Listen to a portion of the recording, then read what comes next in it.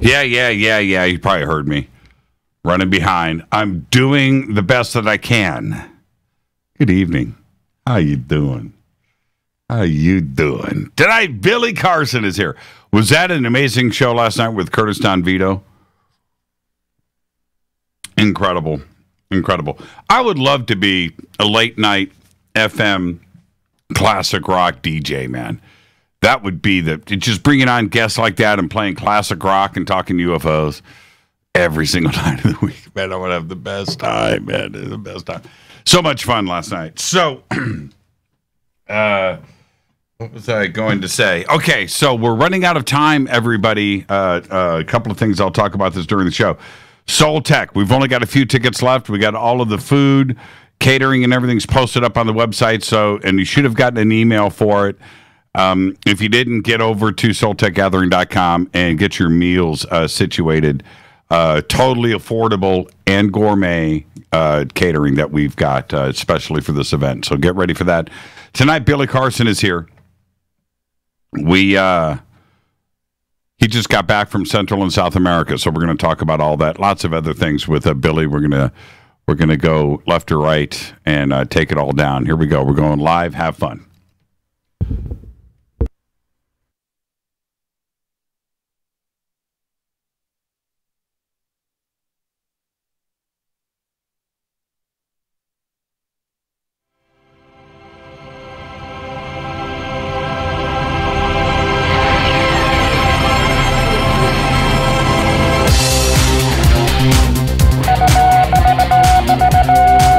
Bespoke radio for the masses. Headline edition, July 8, 1947. The Army Air Forces has announced that a flying disc has been found and is now in the possession of the Army. If the game is rigged, change the game.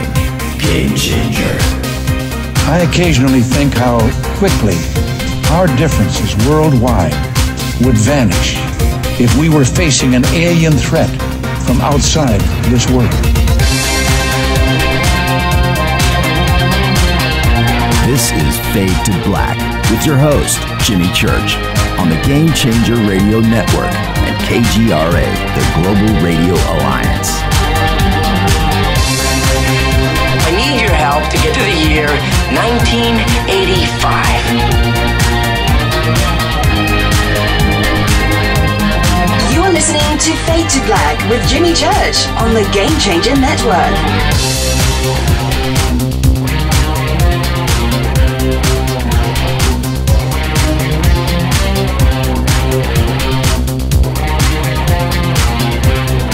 Good evening.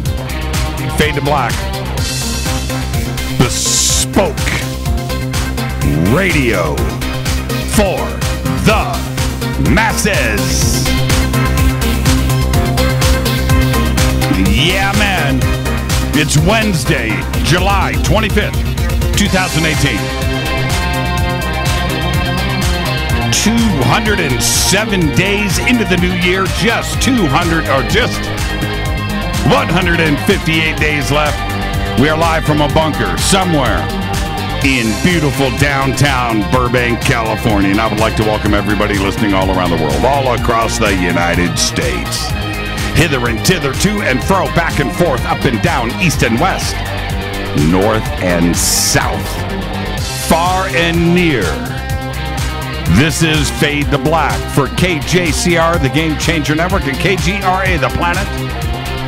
I'm your host, Jimmy Church. What is cracking, everybody? How you doing? It's Wednesday, and Billy Carson is here tonight. He just got back from a research trip to Central and South America. So we're going to find out what he discovered. What did he find? Billy Carson here tonight on Fade to Black. Tomorrow's another Fader night with John Rappaport and his No More Fake Newsroom live, followed by open lines all night long. There you go. Now, to stay in touch with this show, you only need to do a few things. One, go to OnStellar, OnStellar.com. OnStellar, send me your friend request. Fade to Black is over there. Game Changer Network is over there. Rita is over there. all of your favorite researchers and friends and everything. Everybody is over at OnStellar posting and sharing knowledge. The next great social media platform. And it's there, and it's for you. So go. If you haven't registered OnStellar.com, do it. Use my promo code, referral code, Jimmy. When you do, you don't have to, but you're going to want to. So use my referral code, Jimmy, and get registered and get your profile picture up and send me your friend request. Now, also, I am probably going to write another article tomorrow for OnStellar stating, don't send me a friend request unless you have a profile picture. Don't do it. Okay? Because I'm not going to, So, and if you've already registered and you haven't uploaded a profile picture, it doesn't have to be a picture of you. Make it of your dog. I don't care. Use mine. Use a picture of me. I don't care. But just show me that you are there with intent. Right? Okay? That's it. That you care. It's called etiquette. All right, get your profile picture up and send me your friend request. And if you've already sent me your friend request and haven't gotten a reply, well, now you know why. Love my River Moon coffee. Unbelievable day today in the news. Unbelievable day. Now, head over to jimmychurchradio.com. We've got a bunch of breaking news going on over there. The first thing, and I posted this today over at OnStellar, and I knew this was going on. I thought that we got it fixed and so forth. And there's reasons for why I thought I got it fixed. It's because OnStellar is not the next great media. It's the first great. Thank you for that, Eddie and PA. I agree with you. I agree. It is the first great one. It's perfect. It's perfection. Okay, so over at jimmychurchradio.com, new manna, the links to the banners are now correct. And I kept getting email. I'm turning around and contacting different people inside of our organization who's turning around and connecting to, and it's web guy, tech guy versus tech guy, all of it, and it just... Oh, it's fixed. It's fine. It's fine. Okay, all right. So I just ignored it. Get another email. I'm like, man, is it down again? And I would go and click on the link. The bottom line is we were sent instructions back on May 17th about the changes that were made to New Manna and their website. Those instructions got lost in the mix. I didn't get it. Right? And those around me who was distributed to didn't give it to me. I didn't know. And so I'm not pointing fingers at anybody around here. I'm just not. I don't work that way. But today it's fixed. And it was always fixed. You just never had a way to get to it. So now New Manna is up and running. The other good news for that is the Jimmy 10 promotion. I explained all of this in my article today on OnStellar. The Jimmy 10 promotion, which is 10% off. 10% off, free shipping, and an autographed T-shirt for all orders over $100. The promo code is Jimmy 10 instead of the old promo code, which is still running, which is Jimmy. Okay, so the old promo code Jimmy will get you 5% off. This new one gets you 10. And there you go. Go and click, and all the instructions are there. It's unbelievable that it's now working. And how it wasn't working, comedy of errors. And I know who, but I'm just not going to do it. I wouldn't do it. I wouldn't do it. Not in a public place. So there's that. All right, so New Manna fixed. And so I post today. I'm all excited. Oh, New Manna's fixed. It was never broke, but so immediately orders started flowing in. So thank you, everybody, and I really appreciate that. And it just goes to show you, I was so frustrated with it, and I got another email and a text today and a message on OnStellar, 3 in a row, boom, boom, boom. I'm like, I'm done with this. I'm done. I emailed them all out to the crew. I get email back and all fixed. And there you go. So, New Manna done. The other breaking news today, huge. A liquid lake of water has been discovered on Mars. Under the now. Okay, well, I'm going to finish with the way I perceived the press releases today, and I read every one, not everyone, but probably 15 to get to the bottom line with this, because it was a little misleading on a couple. So let me just clear this up. It's under the ice cap on the South Pole. It's about 12 miles wide, and it's 3 feet deep. That's it. It's only 3 feet of water. It's 12 miles wide. The discovery is made by Marsis, and it's a radar instrument on board the European Space Agency's ESA Mars Express orbiter. So while these findings suggest water is present, which is cool, they don't confirm anything further. In other words, no aliens yet. That'll be next, right? No aliens yet. But there were, in a couple of press releases that I read today, said that the lake was visible. It was liquid water, and it was next to the ice cap, the South Polar ice cap. And I was like, wait a minute. Oh, a liquid lake, right? Liquid water exposed on the Martian surface. And I read this twice. And then I read that it was underneath. I had to go through and dig. So I don't know where you have read your info on this, but as far as I can tell, it's under the ice. Now, it's liquid, but it's under the ice cap. It is not on top of, and the pictures are misleading too. Okay, now I could be dead wrong on this, but I read so much, I believe it is under the planet's southern polar ice cap. Okay, all right.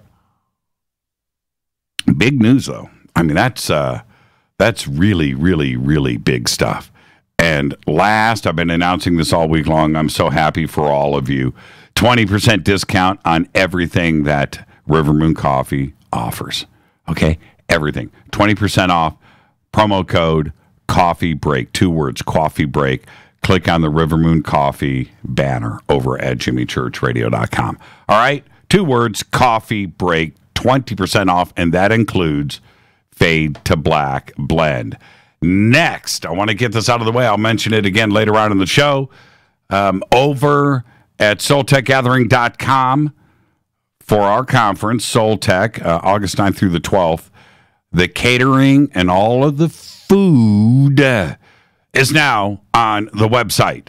Now, if you didn't get an email, you should have gotten an automatic email today on this. If you didn't get it, I'm telling you now.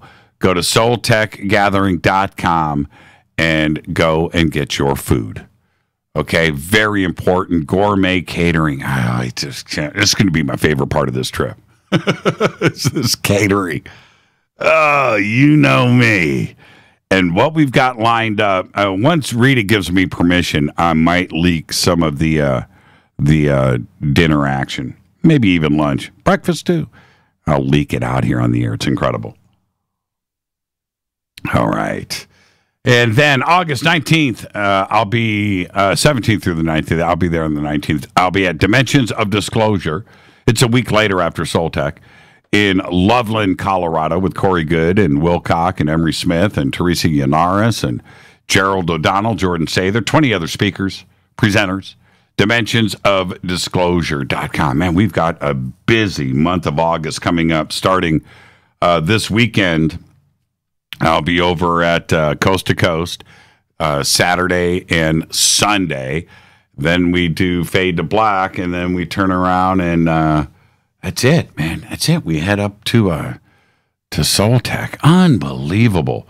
And then we get back from Soul Tech. We do some Fade to Black, and then we turn around, and I head out to Colorado, come back. And I think when I come back from Colorado, I'm at Coast to Coast. So there you go. It's going to be crazy. One of those crazy, crazy months. Don't forget to subscribe to our podcast.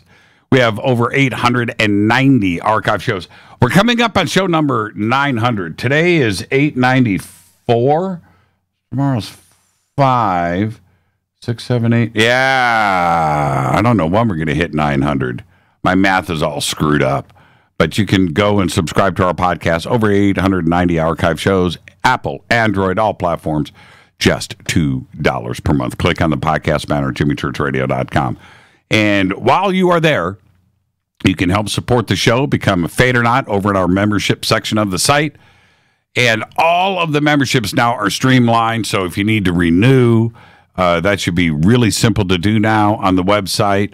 Everything is automated. No matter what you want to get there, it's all streamlined.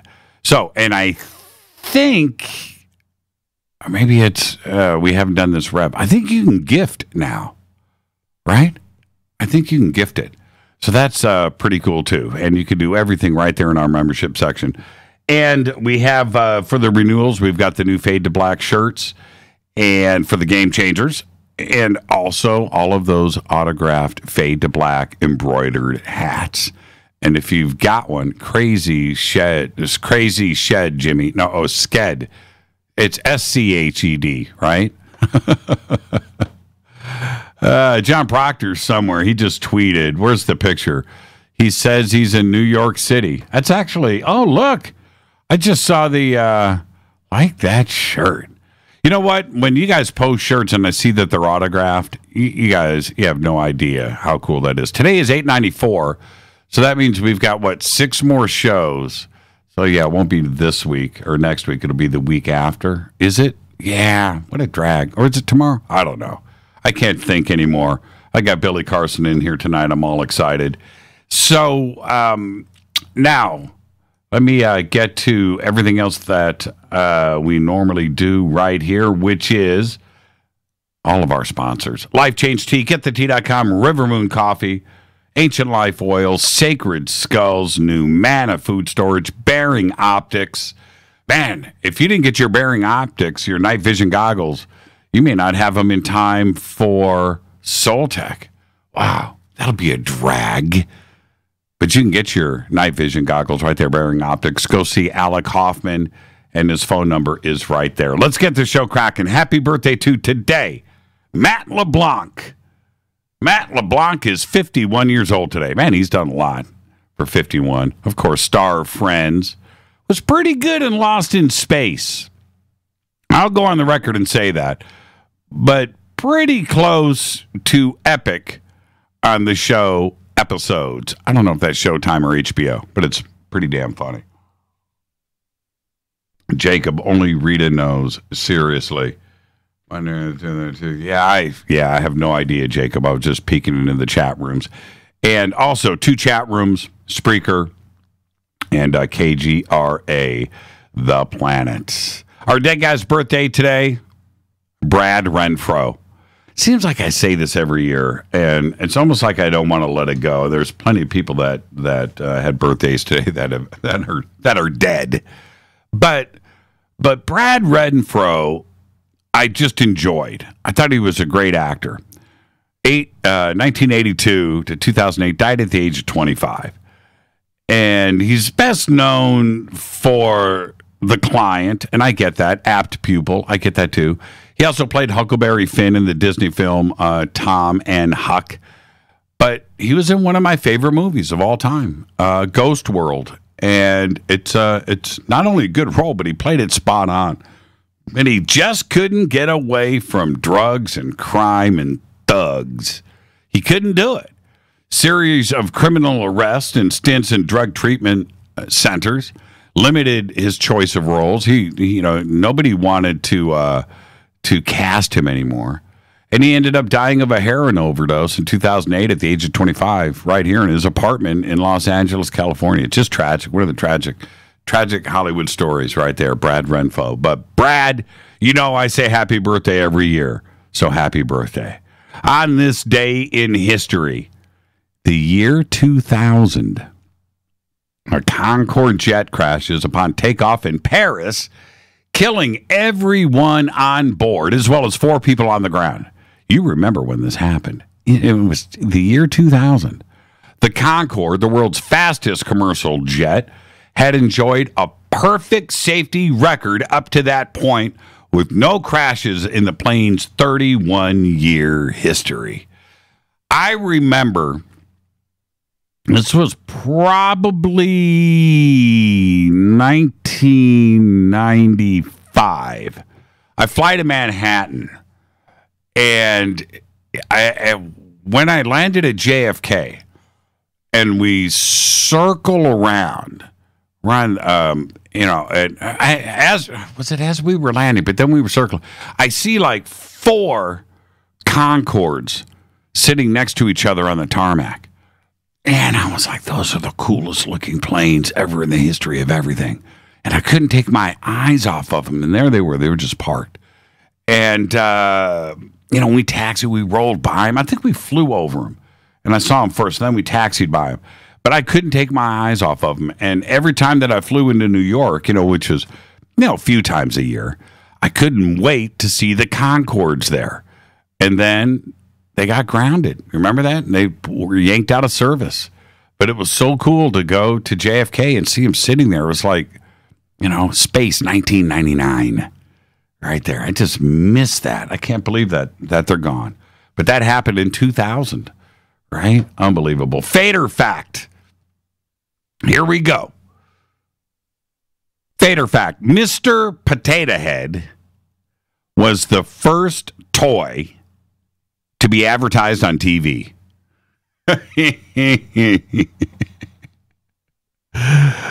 That's Fader fact. Do you feel smarter? Do you? Do you feel smarter right now? Mr. Potato Head. First toy to be advertised on TV. And before you say that makes sense, it makes a whole lot of sense, don't it?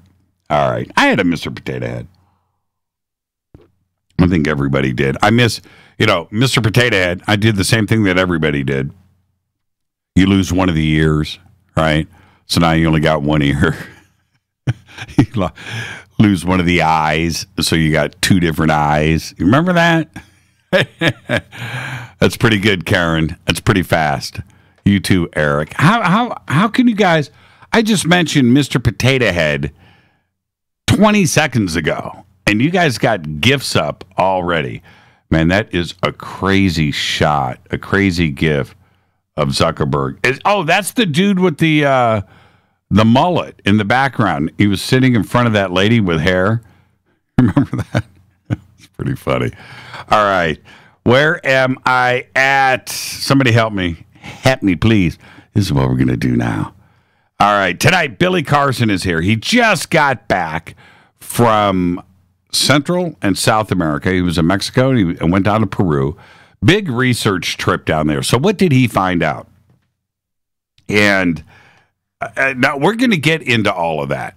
But what I did want to talk about briefly before we move on is this. And let me hit my coffee.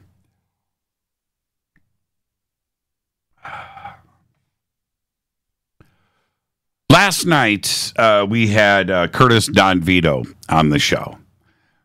And listening to him, and it was a great conversation. And if you missed it, it's posted up on YouTube, and it's there on Spreaker and iHeartRadio and whatever. You can go and listen to it. But that being said, listening to him last night get emotional. And there were a couple of times, and I spoke to Curtis today, there were a couple of times last night during the conversation where I could tell, and I'm sure that you could too, that he did not want to continue answering a couple of questions because of the emotions that it was stirring up inside of him. And not only that, where the answers were going to lead, and he knew what the answers were going to be, and he didn't want to go there.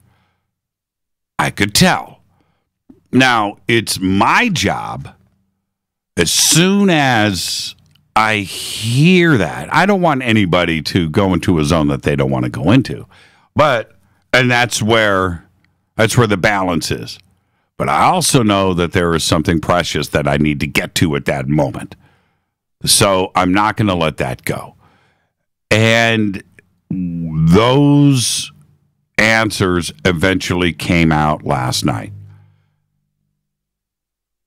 I talked to Curtis today about that. He was okay with it, but I wanted to make sure that, he was okay. And he knew, and he said, Jimmy, man, I didn't want to go there a couple of times, but you doing what you do, you got those things out of me. I said, well, how are you today? I'm cool. And I said, all right. He said, but what do you think the audience, was it just too much for? I said, no, actually, it wasn't enough.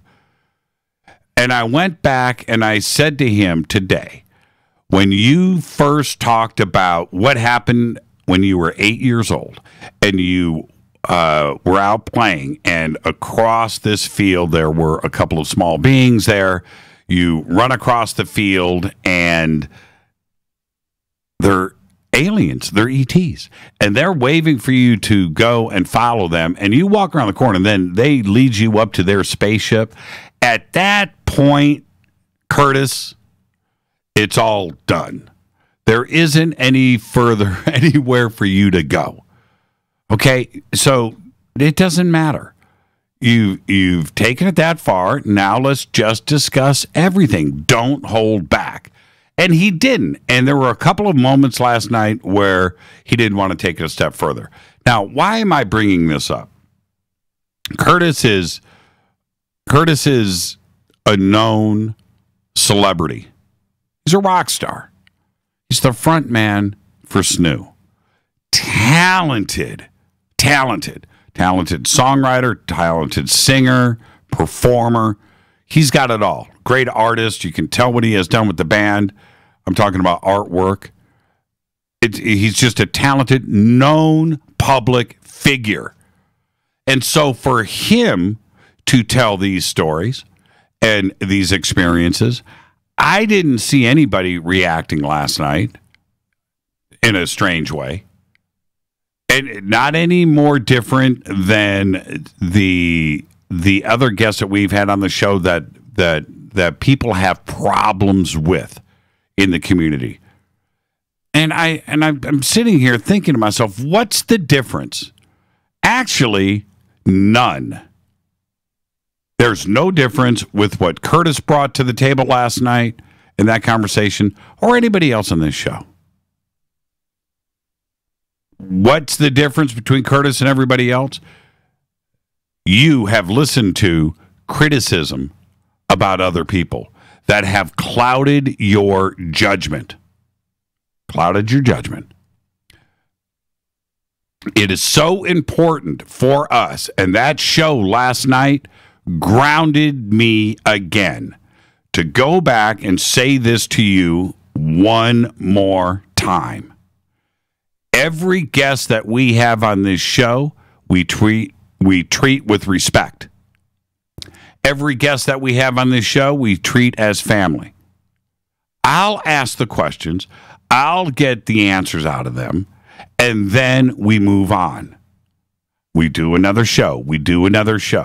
And that comes in, and we get the information, and we compare it to other data that we collected from the week before, the month before, the year before, and information that we will collect in the future.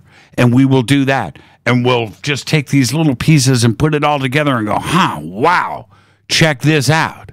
But that's what we do here. And don't ever lose sight of that. All right?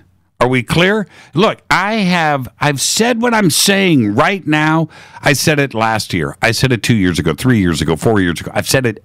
I say it all the time, and we lose sight of it. Too much is out there right now where you are influenced by myself included, where we are influenced by some schmucks out there that want to bring people down out of jealousy and ego, and that is the truth. That's the truth. So let's not lose sight of that. That was an amazing conversation last night. Think about that. It's Fade to Black. I'm your host, Jimmy Church. Tonight, Billy Carson. I cannot believe the week that we have had on this show. Tremendous week. I said this about Fade to Black last week and the week before. Unbelievable week this week on this show. Unbelievable. Billy Carson is here tonight Tomorrow night is Fader Night with John Rappaport. You guys are so spoiled. Most spoiled, bestest, favoritist, coolest audience in the world. Shoot me an email to jimmy@jimmychurchradio.com. You can follow me on Twitter at jchurchradio. And I'll be right back with our guest, Billy Carson. Forbidden Knowledge, right after this short break. Stay with me.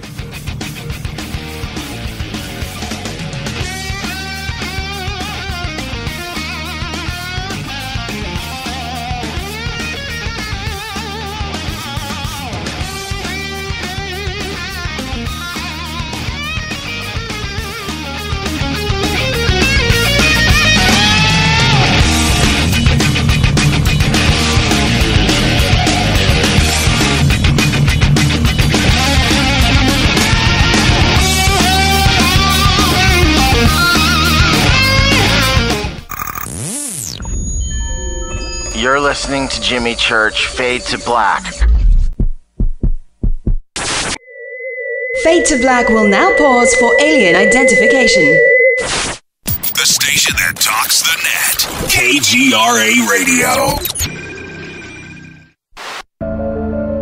When you take the beans from Central America with dashes of Indonesian and African mixed in and then roast it to the dark side of Fade to Black, you create the ultimate brew of fringe. Introducing the Fade to Black blend from River Moon Coffee. Yes, River Moon's darkest customized roast was created for the love of Fade to Black. The alchemy of masterful roasting and smoking the beans is in every sip of this full-bodied, dark Java. I need my coffee dark, deep, with distinct bittersweet chocolate highlights, just like the bunker. Leaning further into the darkness of the roast is Fade to Black blend from River Moon Coffee. Just click on the banner at jimmychurchradio.com and use the promo code F2BBLEND for 15% off of your order today.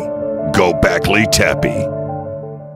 What can I say about the most popular tea on the internet? And what do customers say about Life Change Tea at getthetea.com? A lot. But by federal law, we at getthetea.com cannot make claims to how this product can enhance your health. We cannot even post our testimonies without being in compliance. So how do we get past the hump? Try our products at getthetea.com and see for yourself. You can send us a testimony, but we just can't post it. Bummer. Our products are GMO-free and organic. We pride ourselves in being the best we can be, and we urge you to take charge of your health. We're 11 years strong, and many of our customers have shared their successes with friends and family. Protect your colon. Log on to getthetea.com. That's getthetea.com. Getthetea.com. Getthetea.com. 9 out of 10 geneticists agree. Fade to Black is not your father's radio show. On the Game Changer Radio Network and KGRA, the planet. Win big with KGRA this summer. Tickets and hotel accommodations to the biggest conferences, autographed books and DVDs, chances to win all-inclusive conference cruises, and private dinners with your favorite KGRA hosts. Click the contest tab at kgraradio.com for your chance to win big this summer. Your contact for the best alternative talk radio on the planet. kgraradio.com. Hi, this is Rob Reiner from Anvil, and you're listening to JimmyChurchRadio.com. What's up? I'm Chris. What up? This is Kyle Massey, and you're listening to Jimmy Church Radio.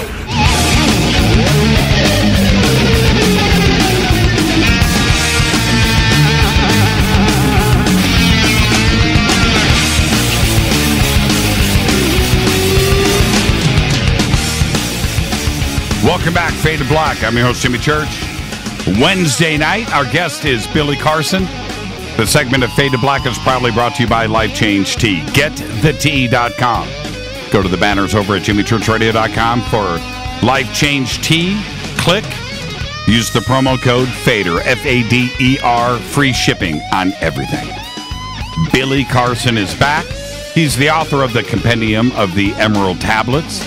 It's alleged that my hard copy is coming in the mail. Better be autographed too, Billy. He's an expert host on the new original streaming series by Gaia named Deep Space. The series is an exploration of the secret space program. We'll be talking a little bit about that tonight. He's also an expert host on ancient civilizations over at Gaia. He has combined forces with top anomaly hunters in the world to form the United Family of Anomaly Hunters, UFA. Their mission is to provide evidence of past and present life on Earth and other celestial bodies inside our solar system and of technologies being used along with their potential origins. The group claims to have pioneered two fields of science, archaeoastronomy and astroanthropology. I like that. Mr. Carson is the CEO of First Class Space Agency based in Fort Lauderdale, Florida. His space agency is involved in research and development of alternative propulsion systems and zero-point energy devices. He's also the founder of Pantheon Elite Records. That's right. He's a label head. Yeah. The label features 5 conscious musicians, artists, including himself, and I believe his last release last month charted on 4 Billboard charts. And he just returned from a research trip to Central and South America.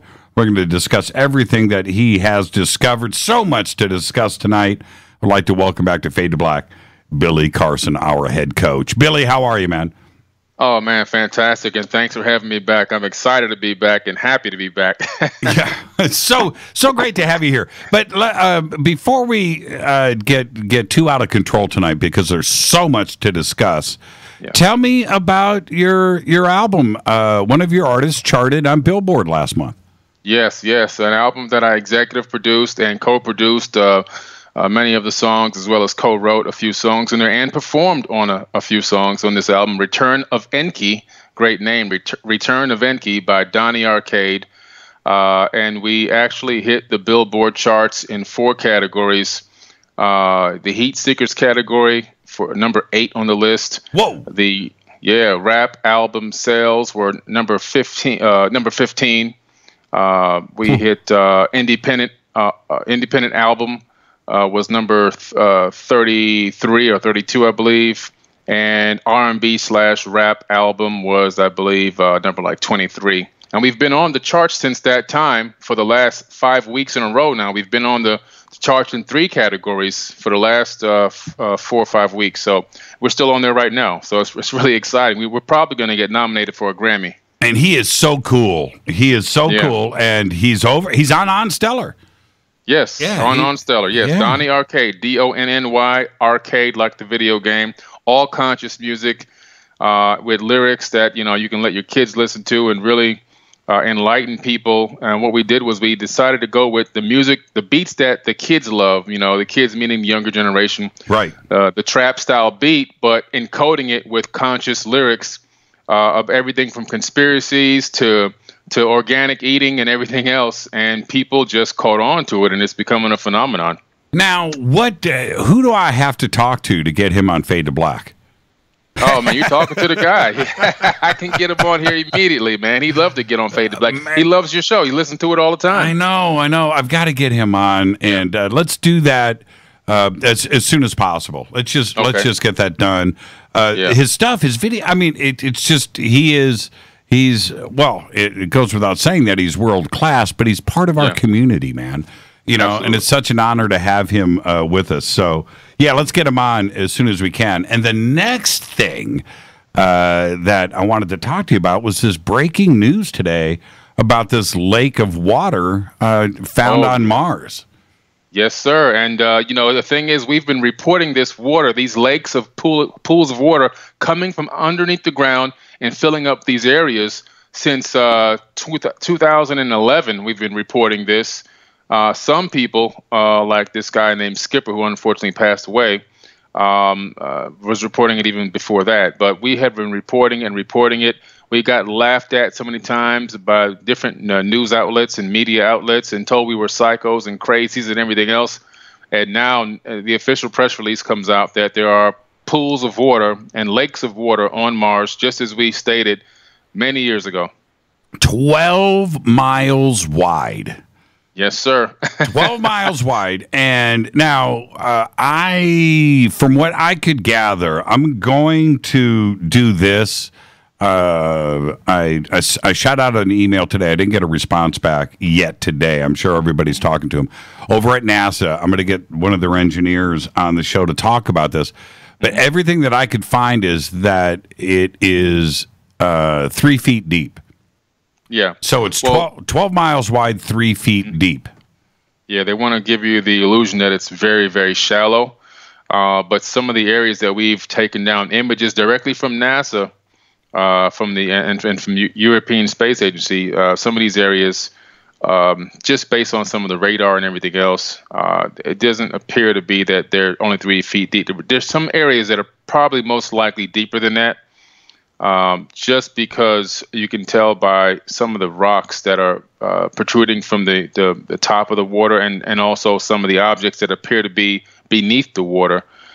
So I think eventually, gradually, you're going to come out and say that there's, lakes that may be 15, 20, maybe even 30 feet deep in certain areas. And eventually there's going to be multiple lakes that they disclose. And then eventually they're going to disclose that they found bacteria or algae or something like that. Yeah, it's step by step by step. Everybody wants to say drip, drip, drip. Mm-hmm. Right, but exactly. It's certainly because it was just 2 weeks ago where they announced, bacteria, something strange in the rocks that is, and then this comes out.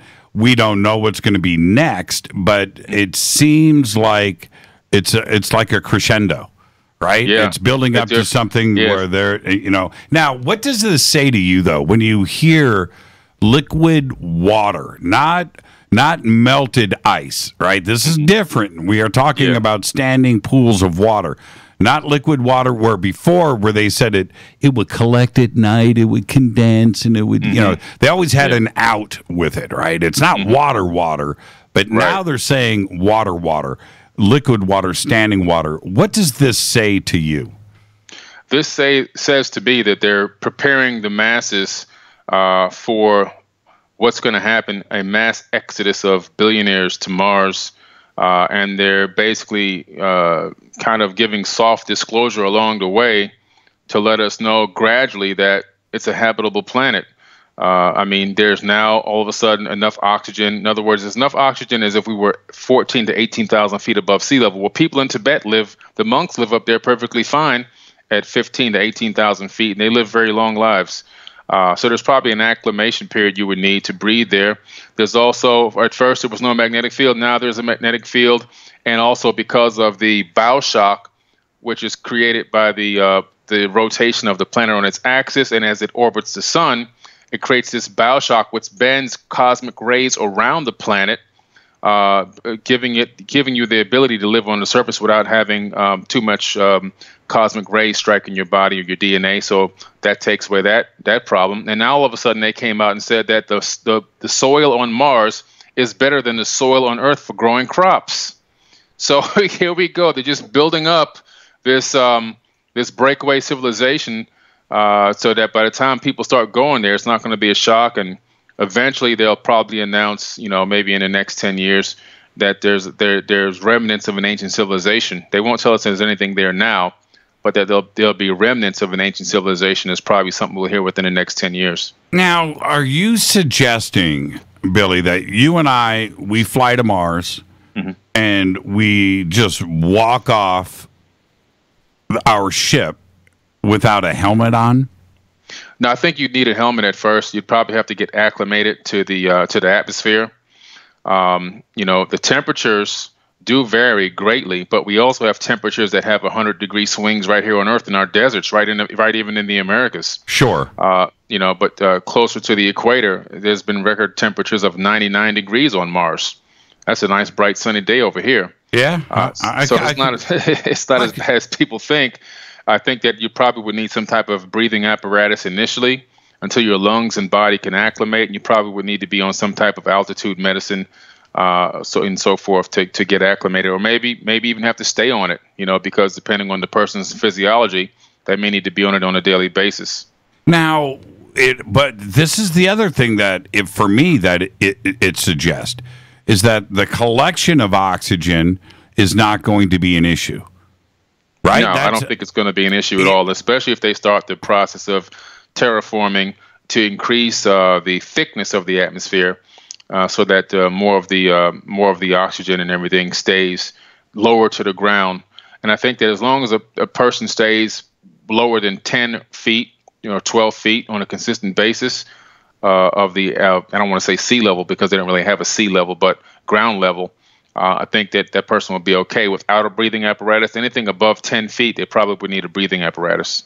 And now it appears that water is not an issue. And we never, our community knew that it was never an issue, but now it's officially not an issue. And this is the way that I'm looking at it. The other parts of Mars, us habitating Mars, those issues that were presented to us, it seemed insurmountable. We've got to transport water and oxygen, and the radiation is too out of control. There is no atmosphere. You're going to be radiated and die there. And so there were all of the. It seems like slowly all of those have been taken off of the table. Yeah, all that's gone, and now it's like, okay, it's going to be wide open for colonization, which I believe that we've already have people there. We already have people building an infrastructure there, because my biggest thing, based on the research that I've done so far, is there's no way that these comfortable billionaires are going to leave the creature comforts of Earth and go to a planet where they've got to live inside of a tin can for the rest of their life until they die. So I truly, honestly believe that the infrastructure has been established or is still being established there for the people that are going to travel there on this one-way trip, and that there'll probably be a front crowd or group that's showcased on a daily basis with some cameras saying that they're living in these cans. But behind the scenes, when the cameras go off, there's probably 3D printed houses back there, some type of infrastructure, and it's already established, most likely partially underground or mostly underground, because that's really the best way to live there, and everything else conserve energy. And because now that you have billions of tons of water, you have something called hydrogen, which a very simple filter can filter out the oxygen, and then you can use the hydrogen by electrolyzing it, and you can actually power vehicles. You have unlimited fuel source with the amount of water that's already on Mars. And if this is there, then there must be, it's common sense, aquifers. Oh, absolutely. There's aquifers everywhere there, underground rivers. The ice caps have been melting for a very long time, and they thought initially, or they were saying that it was frozen carbon monoxide, but now it was just really frozen H2O. And now you have billions of tons of these ice caps have melted and have pretty much streamed all over the planet. So there's lakes, aquifers, underground rivers. There's everything you need to create all different types of power sources. Drinking water for crops. So many things you can do when you have H2O, and of course life, which I believe that there's life all over that planet. One last question, and then we'll move on from Mars. I've also thought about this. This is look. How do we protect ourselves from the sun here on Earth? Well, sunshades, right? Mm-hmm. That's what we do, right? Yeah. Awnings everywhere. Mm-hmm. You go to an outdoor festival, you got a nice, tent out there. No walls on the tent, but post something up above, a sunshade, over auditoriums and outdoor amphitheater. That's what we do, right? Yep. Why not do that with Mars? Mm-hmm. Right? Do you understand what I'm saying? Where we could have an entire city just underneath a giant sunshade. Right. Well, right now, just based on the images that we've seen, it looks like you can see a lot of entrances into these underground areas. Right. So it seems like a lot of it's most likely built right underneath the surface, not too deep, maybe just 10, 15 feet below. You go in, and all of a sudden, I believe there's little mini cities trickled throughout the warmer regions, most likely closer to the equator, where the water is melted and flowing a lot better. I don't think I couldn't say there is, but I don't think that people would want to burrow in the colder regions in the North and South Pole with frozen ice water when you can get closer to some of the more liquid ice water if you could. So I believe that using the land as a shade right now, But definitely, I understand what you're saying. It's just a massive type of a shade. Cosmic rays and radiation could penetrate shades because they have the ability to. But that's why you can go outside on a very cloudy day, as a matter of fact, and you can still get a tan, Right. But I believe that the people are definitely living, or whoever's there already, I believe that they're living in these underground areas. Right. And some of the newer, I think, like I call them 3D printed homes, because the same technique that we're using here on Earth, they're using some of the same techniques up there, I believe. And I think these 3D printed homes probably are partially covered and partially underground. Yeah, and the easiest answer for building on Mars, 3D printing. Just 3D printing, man. Just 3D print a city. I'm not kidding about this. They could just crank it out, no problems. And all of the other issues that we had, which is you got to put all of this stuff on a huge rocket. You've got to get it up into Earth's orbit. It's got to sit up there, and then we got to transport it from there and somehow get, we look at it like that, moving these huge amounts of freight. All you got to do is move a couple of 3D printers. That's it, man. And you know what moves them? Those X-37B military shuttles that take off and go away for 2 years. That have been going to Mars. Those have been going to Mars. Yeah, they take the 3D printing supplies to Mars, and just like the guy in China that 3D prints 10 houses a day. They have those same machines up there, and they're 3D printing those houses right up there on Mars. There's nothing crazier to me than watching those 3D printing house videos on YouTube. Oh, they're cool, man. Yeah, man. That is trippy, man. It's so trippy. Okay, now we've got a few minutes left, so let's set up for how we're going to come back off of the break. You just went on this research trip. How long were you gone? I was gone for a week and a half to the Yucatan Peninsula and to Tulum in Mexico. Oh, I thought you went to Cusco too as well. Oh no, I'm going there in a few more weeks. I'm going to Peru, and I'm going in a few more weeks to Cusco and Lima. Oh, okay. I thought that was all on one trip. Okay, so you went to the Yucatan. You were there for 10 days. What did you find? What city did you go to first? First, I went to Tulum. And went to the pyramids out there on the beach. Now, I had that was my first time going there and looking at the architecture, looking at the structure of these pyramids, these step pyramids. I still couldn't believe. I have some great 4K video footage and some photos. You still cannot fit a human hair in between these bricks. I mean, there's no mortar. And the way they're constructed right on the precipice overlooking the Gulf, it's amazing how they got the supplies there to build these structures and these temples and everything else. But what really amazed me was the fact how sound the construction was. The construction was completely sound, and you can't fit a human hair in between those bricks. It's absolutely amazing. Your photographs are really cool. And you made a comment that kind of made me angry, which was they wouldn't let you climb them. Yeah, they wouldn't let the climb. I went to Tulum and also into the Yucatan Peninsula down to Chichen Itza, and I climbed the Pyramid of Kukulkan 20 years ago. But now they won't let you climb them because they say that people were vandalizing and writing stuff inside the top temple area as well as falling down. So you can't climb them anymore. Unfortunately, that was the excuse they gave us. So you can't climb them. So this time I just got to take a lot of good, high quality, 4K footage as well as some HD photos, and to learn a little bit more about the alignments. It's aligned. The Pyramid of Kukulkan is aligned to the cardinal points, but I found some other interesting facts. I guess maybe we'll go in after the break about the longitude and latitude and how it aligns with the calendar and everything else. So it's pretty cool stuff. It's more evidence that the same builder of these pyramids at Chichen Itza and this entire complex are the same builders of Teotihuacan, the same builder of Giza, the same builder of the pyramids in China, and the Bosnian pyramids in Europe.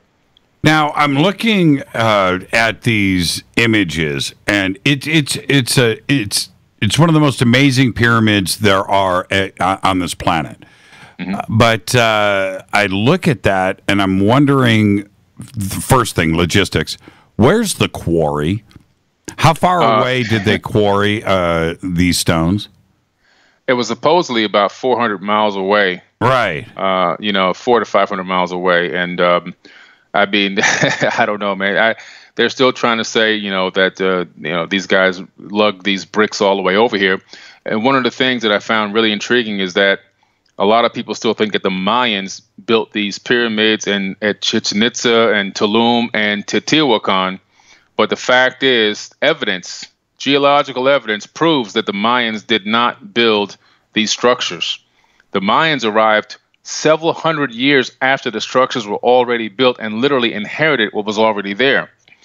The structures were built by the Teotihuacans, who were given the name by the Mayans because the Mayans didn't know who built them, so they actually made up the name Teotihuacans, and that's an Olmecs. So the Teotihuacans and the Olmecs were a civilization that literally built this complex and inhabited it, and the Teotihuacans, and of course, is Quetzalcoatl and Kukulkan is all the same name for Thoth out of Egypt. Evidence in some of the tablets talk about Thoth leaving Africa with the Olmecs and coming to South America to kickstart civilization.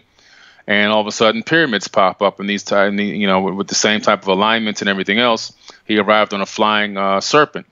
So it's Thoth from Africa, now in South America. The Mayans arrived hundreds of years later. This is why the Mayans were so barbaric, cutting people's heads off and throwing virgins into pools and everything else, trying to get the rain to come back and get the gods to come back, because they weren't the ones that built this stuff. You can't have a person that's as barbaric and cutting heads off and doing these human sacrifices and then have at the same time have all the technology to build these type of structures. They weren't at that level. And then several hundred years after the Mayans, the Aztecs had a volcano blow up in their valley and destroy their entire civilization.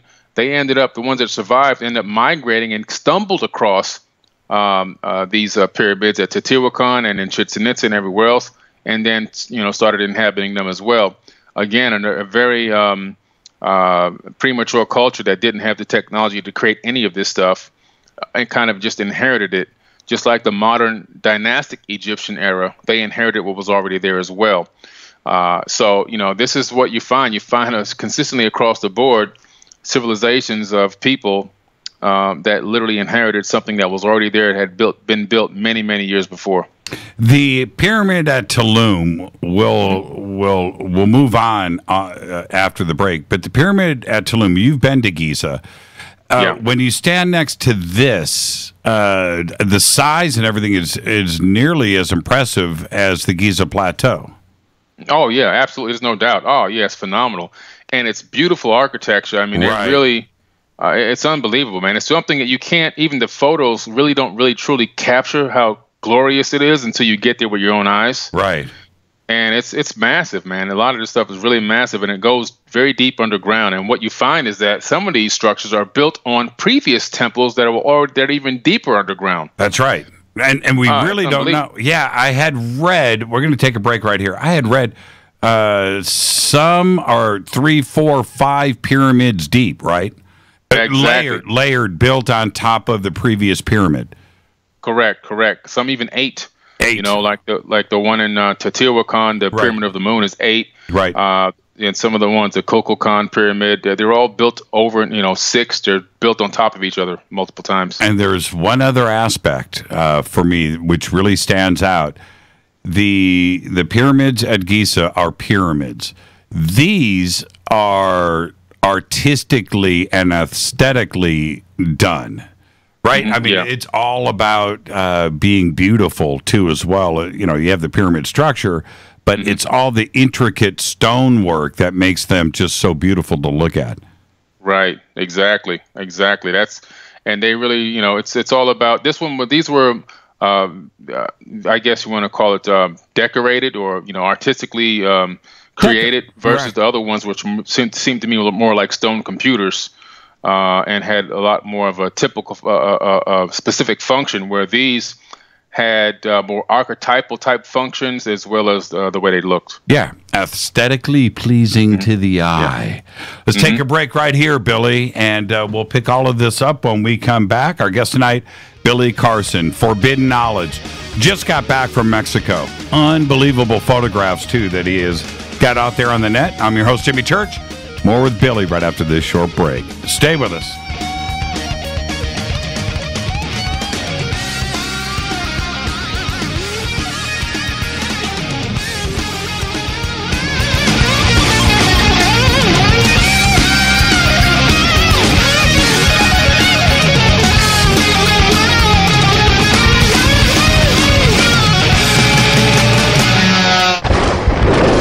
This is Fade to Black with Jimmy Church on the Game Changer Radio Network and KGRA, the Global Radio Alliance. This is KGRA Digital Broadcasting Station, Salt Lake City, Utah, Van Buren, Arkansas.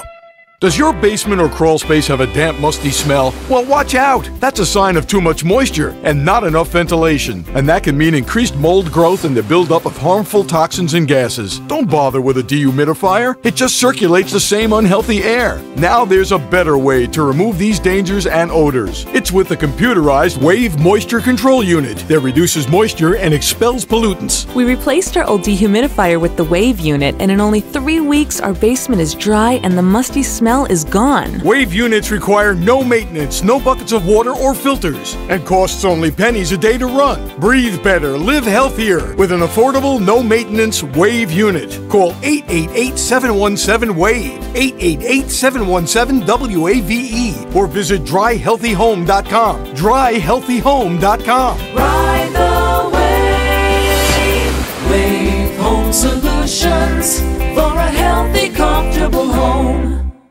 Hello, I'm Katie, and you're listening to my main man, Jimmy Church, on jimmychurchradio.com. Hi, this is Ray Hobbs here, repping the planet, and you're listening to my good friend, Jimmy Church, Fade to Black, on the Game Changer Network and the KGRA Digital Broadcast Station. This is Toby Kebbell. You're listening to jimmychurchradio.com. Don't hurt me, Jimmy. I'm only little. Hey, I'm Adrian Grenier. And this is Ari Gold. We're the Honey Brothers. Well, we are of the Honey Brothers. Hey, I'm Adrian Grenier. And I'm Ari Gold. We're the Honey Brothers. And you're listening to Jimmy Church. The Revolution. Ancient Life Oil. Life-changing. The real oil. CBD is truly Ancient Life Oil from the source. This oil has no psychoactive effect and is also legal in all 50 states. When you're healthy, you're happy. The truth about this wonderful plant is that it wants to give back to mankind life, longevity, and happiness. Ancient Life Oil are golden grade, all organic, non-GMO, and infused with high-quality liquid coconut oil. It's simple. Just go to ancientlifeoil.com today. That's ancientlifeoil.com. The best, purest, organic, and non-GMO CBD in the world. Go Beckley Tappy. The statements made regarding these products have not been evaluated by the Food and Drug Administration. These products are not intended to diagnose, treat, cure, or prevent any disease. Please consult your healthcare professional about potential interactions or other possible complications before using any product. This is Micah Hanks of the Gralien Report, and you're listening to Jimmy Church on Fade to Black, across the globe on the Game Changer Radio Network and the one and only KGRA Radio, The Planet.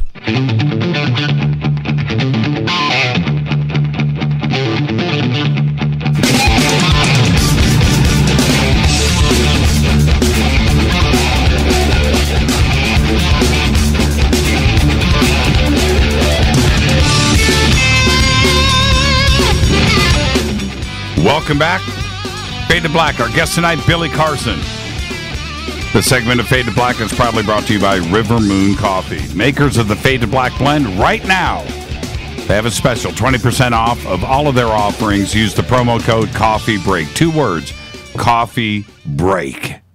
Billy. Billy.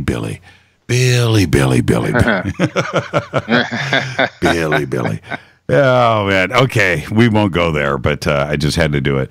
The construction of this. Now, you bring up one of the points that it's mentioned so often, which is you can't.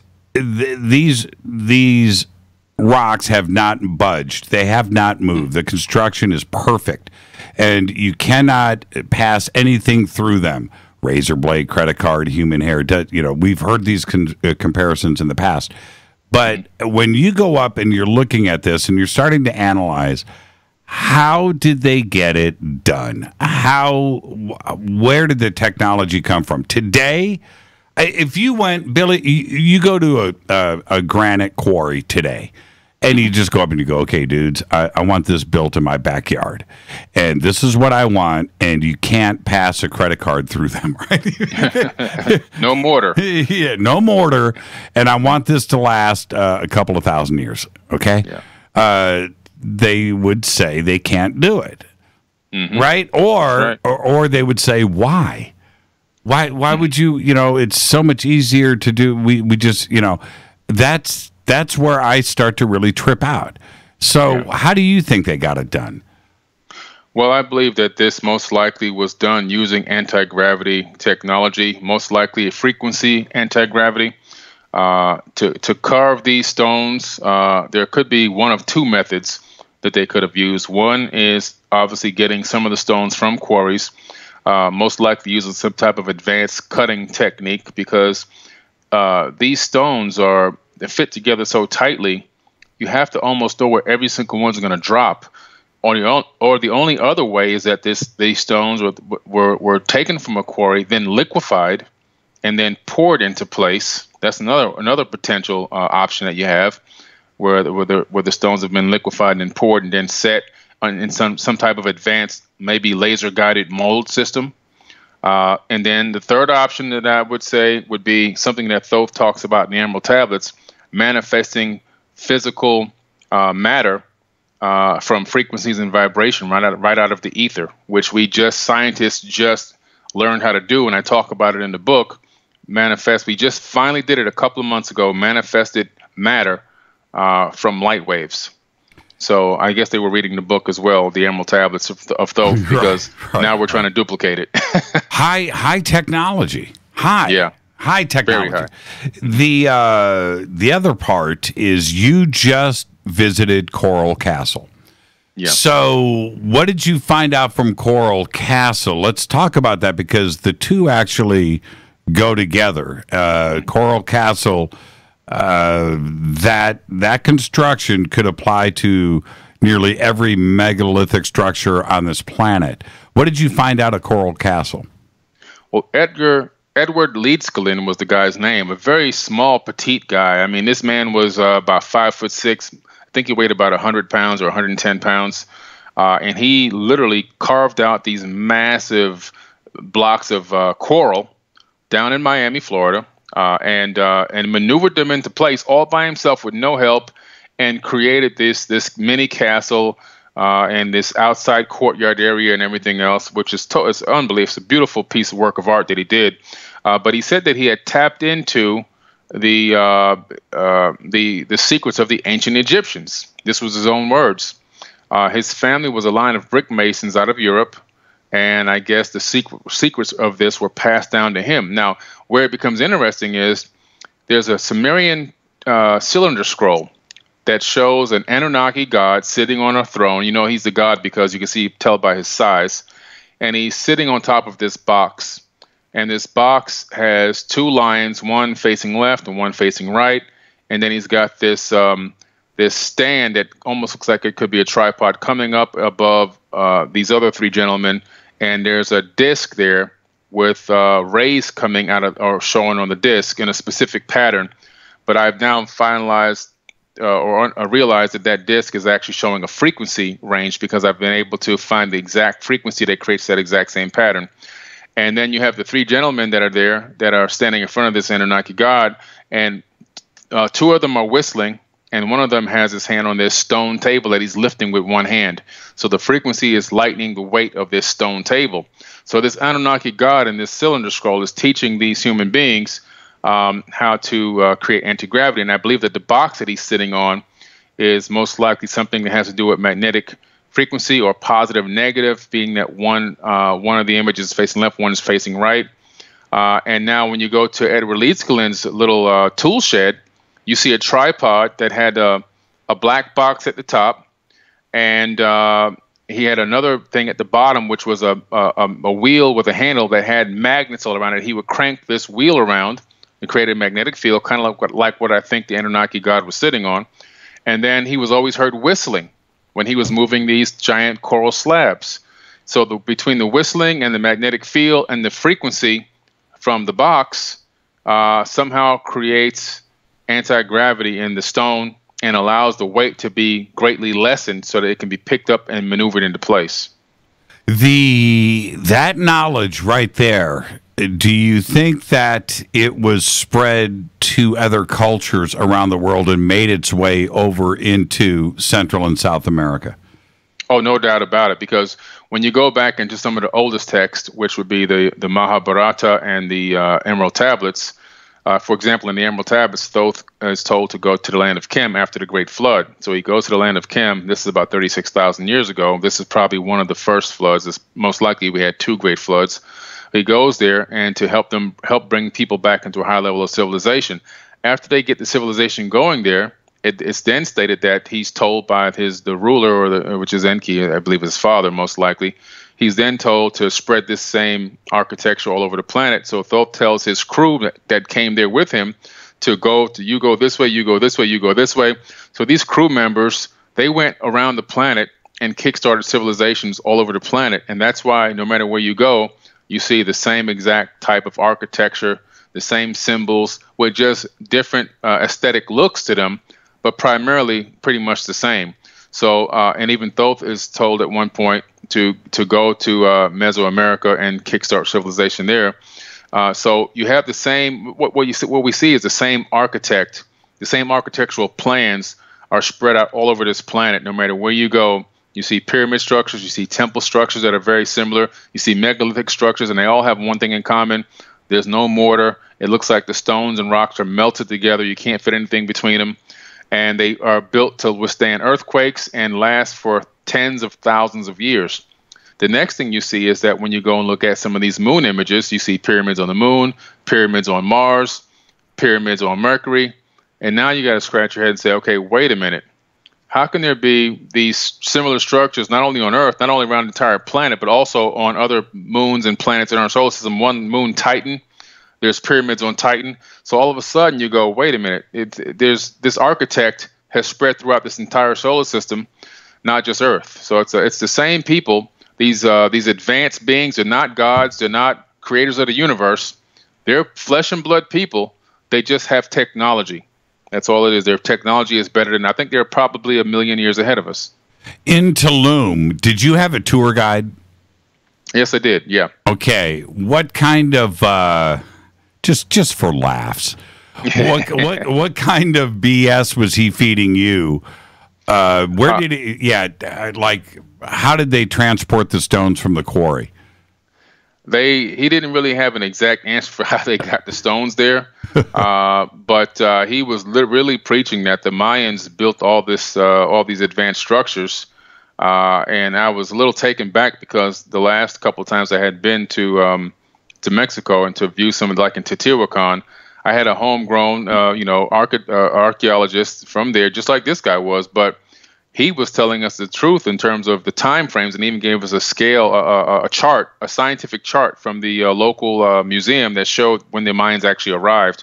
But this guy was, unfortunately, I think he just wasn't educated enough. He really thought that these people had built these structures and so forth and so on, and were great astronomers and everything else. But he just really didn't know. He's just regurgitating information he was given from a book. Right, and and tourists they just listen. Yeah, exactly. And now, what about the construction? Did he tell you how they did that? He said, it took 25 years, and putting all the blocks in place. The typical, the typical stuff. King would order it to be built, and it would take his lifetime to get it done, and all this other. I mean, it was just ridiculous. It was ridiculous. I mean, nobody's gonna take 25, 30 years to build a pyramid. They didn't even live that long, except some of these people. Right. You don't know if it's going to even be completed. What was the orientation of the pyramid at Tulum?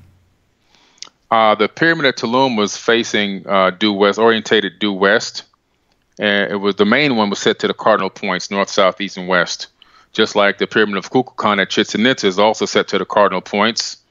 So they really whoever built them had a great understanding of cardinal points. And what's really interesting about the Pyramid of Kukulkan is that the way it's set up with the steps and everything going up, it gives away its actual latitude. Now that's incredible. I mean, you have to really know the planet's dimensions. You have to know the heights. You have to have the planet broken down into grids already, because the latitude of the Pyramid of Kukulkan is 20 degrees by 40 by 58.44 north. Mm-hmm. And when you take that and add all those numbers together, you get 46,752. Well, if you count the steps, there's the steps going up. I believe there's 91 steps on each side of the pyramid on 4 sides, which gives you plus the top step, which gives you 365 days in a year. Right. Now, when you take that and multiply it by the 4 sides and the 4 staircases, which just makes it to 8 because it's broken down to 8 pieces. So you multiply the 4 times 4 times 8 by the 365.25, which is really the full year. You get 46,752. So it gives away its own latitude. So this again is showing high technology, high knowledge of the dimensions of the Earth, longitude, latitudes. It's just degrees. It's unbelievable, man. How the knowledge that they had. They're very advanced people built this structure and these structures, not people that were running around cutting people's heads off to make the gods come back and throwing virgins inside of wells. Right. How level is it? Oh, it's perfectly level. That's another thing. It's perfectly level, and it's still perfectly level to this very day. It's rock solid. I mean, the pyramid is built to last. It'll stand there for another 25, 30, 40, unless something comes and literally hits it and strikes it and blows it up. I don't believe there's anything that can destroy this pyramid. The temple on top of it has something called a triptych. That's where you have the 3 windows, 2 thinner windows and 1 slightly larger window in the middle. This triptych type of architecture can be found all over the world. It's pyramids in Asia, Africa, and even down there in the Yucatan. Churches have pretty much copied this triptych style. Where if you look at these giant cathedrals, they always have 2 smaller windows and then 1 larger one in the middle. So they knew, the brick masons who built a lot of these cathedrals knew about this triptych design from ancient times that had been passed along. Again, the same architectural design has made it all the way into the modern era. And as well as when you look at the picture of the most famous picture of all, which is the Last Supper, in back of the disciples and Jesus, there's a triptych window in the back, 2 smaller windows and 1 larger one, just like the one at the top of the Pyramid of Kukulkan, right, in Mesoamerica. So you see this triptych design is passed through many, many ages and through many, many cultures. Yeah, Richard Casaro, who does a lot of great research into this, when you look at his collection of triptych doorways or entrances, I don't think that there is a culture on this planet, on any continent, that didn't have the exact same design. Correct. I mean, that's evidence of the same architect, or at least the same architectural plans being spread out all over the planet. It came from one source. I mean, you can literally, if we were CSI agents, and we had to figure out who, the pyramids were a crime, and we had to figure out, who built them. This is the fingerprint. The fingerprint is this design work and this architectural work. It all has to go back to one person or one group of people, and I think that the evidence definitely is overwhelming that all of these structures and all this design work came from one original source. Man, El Castillo is just crazy. Yeah. Just nuts. Oh man. And oh I know, and it's beautiful beyond words. How much of El Castillo are you allowed to explore? Very little of it, because now 20 years ago it was a lot easier. I actually have a picture of myself there 20 years ago, which I saw on my Facebook page somewhere, and I was able to go to the back and go up inside a little bit. You couldn't go up to the top because it was still very, considered very dangerous. But this time I couldn't go inside at all. I can only stand out front. But I got, a couple of really nice pictures and some video. But again, it's it's incredible because it's just like, well, everything that we have now, we see now, like you say, we can't duplicate this stuff. We can't build it. We can't replicate it. These people had the ability to look at the stars. I believe that most likely they did have some type of apparatus at the top that was able to track these star movements, because they were able to track the star movements and create these cycles of life, which were the biggest one was, we came to recently was 2012, when everybody thought it was the end of the world, when it was really just the end of a cycle. Mm-hmm. Nobody ever said it was the end of the world. They always said it was the end of a cycle. But all this stuff was tracked in these long-term cycles, and etched into stone and these glyphs that they use. It's all the evidence is all around us. I mean, all one person has to do is open their eyes and just look at it and say, wow, this is evidence of high culture. I mean, there's no way that we can duplicate this stuff today. A lot of people that we know right now, if we just grown-ups can't duplicate this. I mean, unless they've studied it. This is something that would have taken in ancient times. You'd have to be a specialist in this type of stuff to even accomplish it. And there's people today on this planet right now that couldn't do any of this stuff. And what about some of the small, like the Temple of Frescoes? Are you able to enter that? You can't enter them. They have them roped off. Oh, man. You can't go in them anymore, man. I mean, it's so restricted now, very restricted. But all you can do is stand out front and take a lot of photos and videos of them. But, man, just unbelievable detail work, man. Just unbelievable. And one last question, and then I want to move on. You went to Chichen Itza next, right? Mm-hmm. Yeah. Okay. Is that these temples have all stood the test of time? We've had natural disasters and earthquakes and fires and war and everything else, where everything has crumbled. Mm-hmm. Everything has been rebuilt and rebuilt. These megalithic structures and temples are still standing today, level, right? And how is that possible? I mean, they really had a good understanding. I'm being I'm being very, very serious about this. Yeah. My own home, right, built 15 years ago, settles. It changes. Yeah. And I can tell you right now, it ain't level. It ain't level to nothing. And it's a new house, right? Yeah. Everything, the King's Chamber in the Great Pyramid has not shifted. Right? None of these, the Temple of the Sun, Temple of the Moon, at Chichen Itza, Tulum, nothing has shifted. Nothing has moved. How is that possible? They really had a great understanding of how to build a foundation. That's it. One of the things that people don't realize is, a lot of people don't realize, maybe they don't know, but is that underneath these pyramids and these megalithic structures and these temples are foundations that sometimes go down, as far as a mile. And that is the point that needs to be driven home. Right. You look at it, you can see the temple, and I understand what people see. You have to think about the knowledge and the engineering that is underneath those temples, because they haven't shifted, they haven't moved, they're not leaning to one side. Leaning Tower of Pisa, that's right. Right? Yeah. But yet older cultures that weren't supposed to be as bright, those temples are perfect today. Yeah, exactly. Because of the foundation. The foundation. When we look at, we can go back to Giza and visit this idea really quick. No matter what you want to think about the Great Pyramid, no matter what you want to go, it doesn't matter to me. That foundation was leveled. Stones were brought in, were quarried, were leveled, were put into place to hold that thing up for 10,000 years.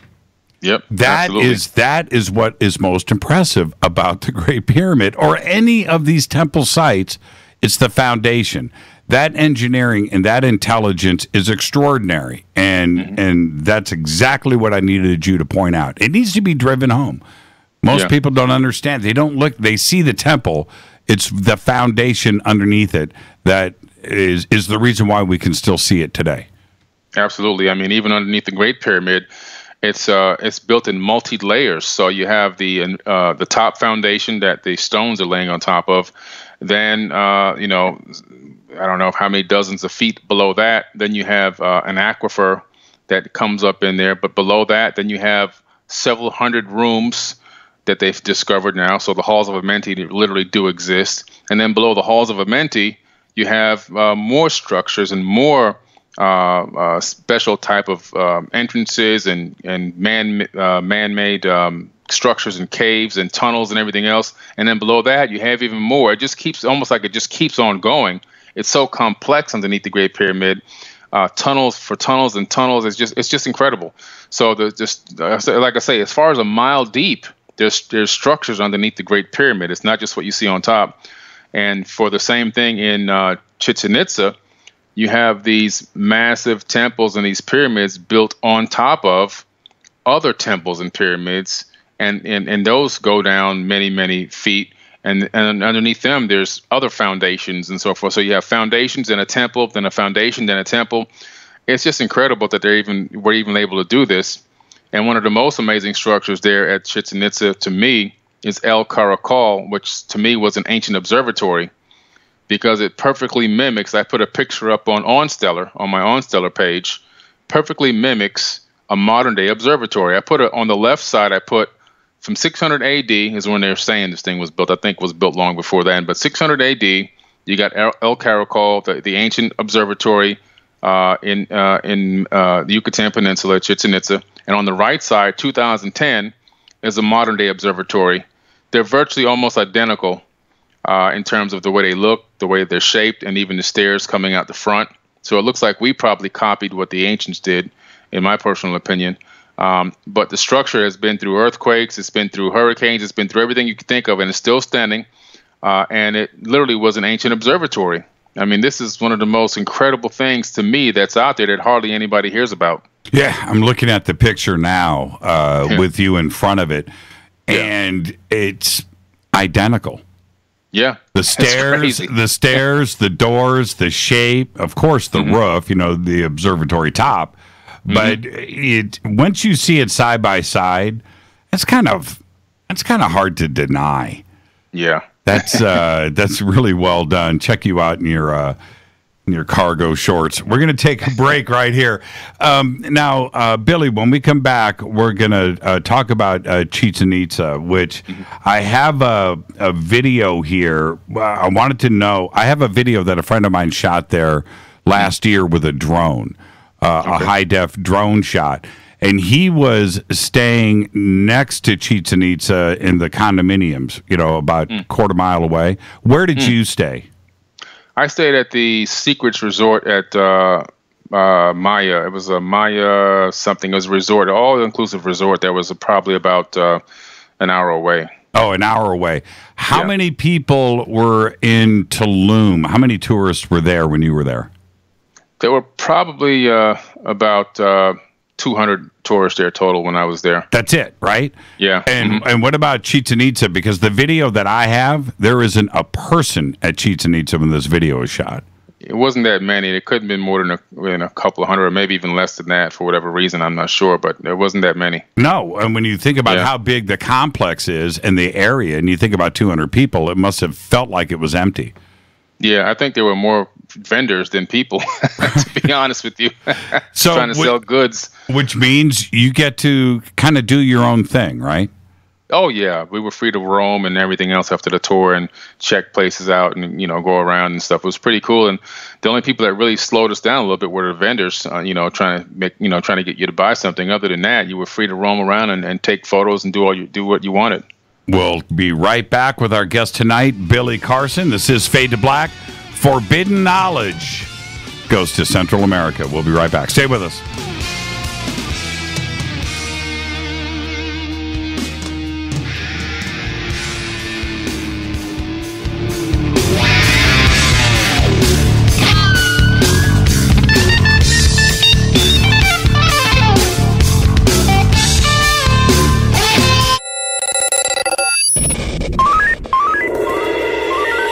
Way out here, we listen to Jimmy Church.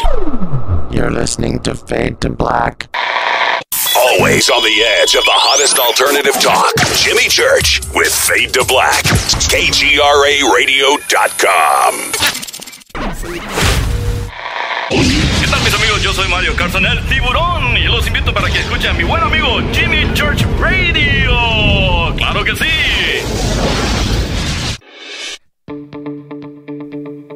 Hurricanes, earthquakes, wildfires. This year we've experienced more than our fair share. This is Jimmy Church of Fade to Black, and last month I decided to make sure my family does not have to worry about food should we get caught in a real emergency situation. Introducing Numana, a healthy, storable product that tastes so good that you'll want to eat it every day instead of just during those times of duress. All Numana products have a 25-year shelf life, are MSG and GMO-free, no preservatives, and are made in America. With the Numana pack in your home, you'll be able to sleep at night knowing that you've protected your family. Not only have I tasted and tested, I own it. Now you can too. Just click on the Numana banner on JimmyChurchRadio.com and use the promo code Jimmy when you order. In addition to a discount, we'll send you an autographed Fade to Black t-shirt. Seriously, go Beckley Tappy.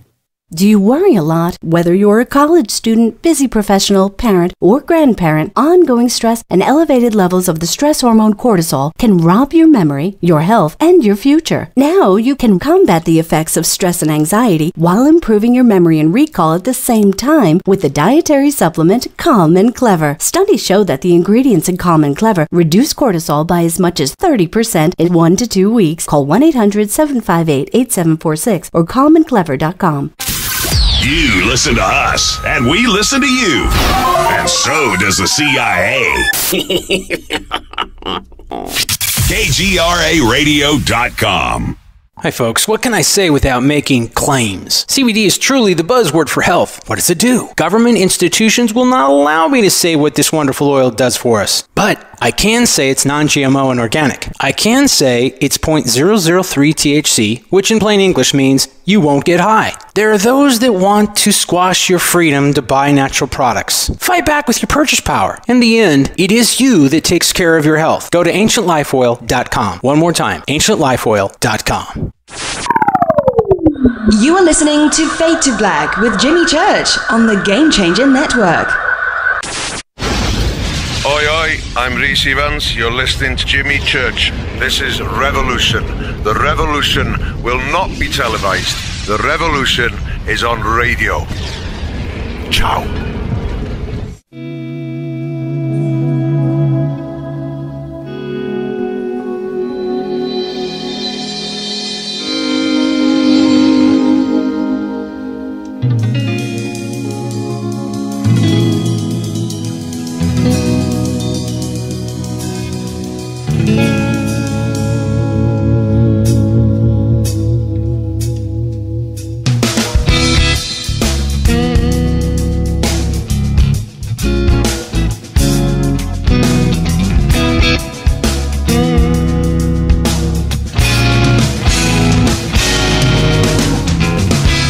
Welcome back, Fade to Black. I'm your host, Jimmy Church.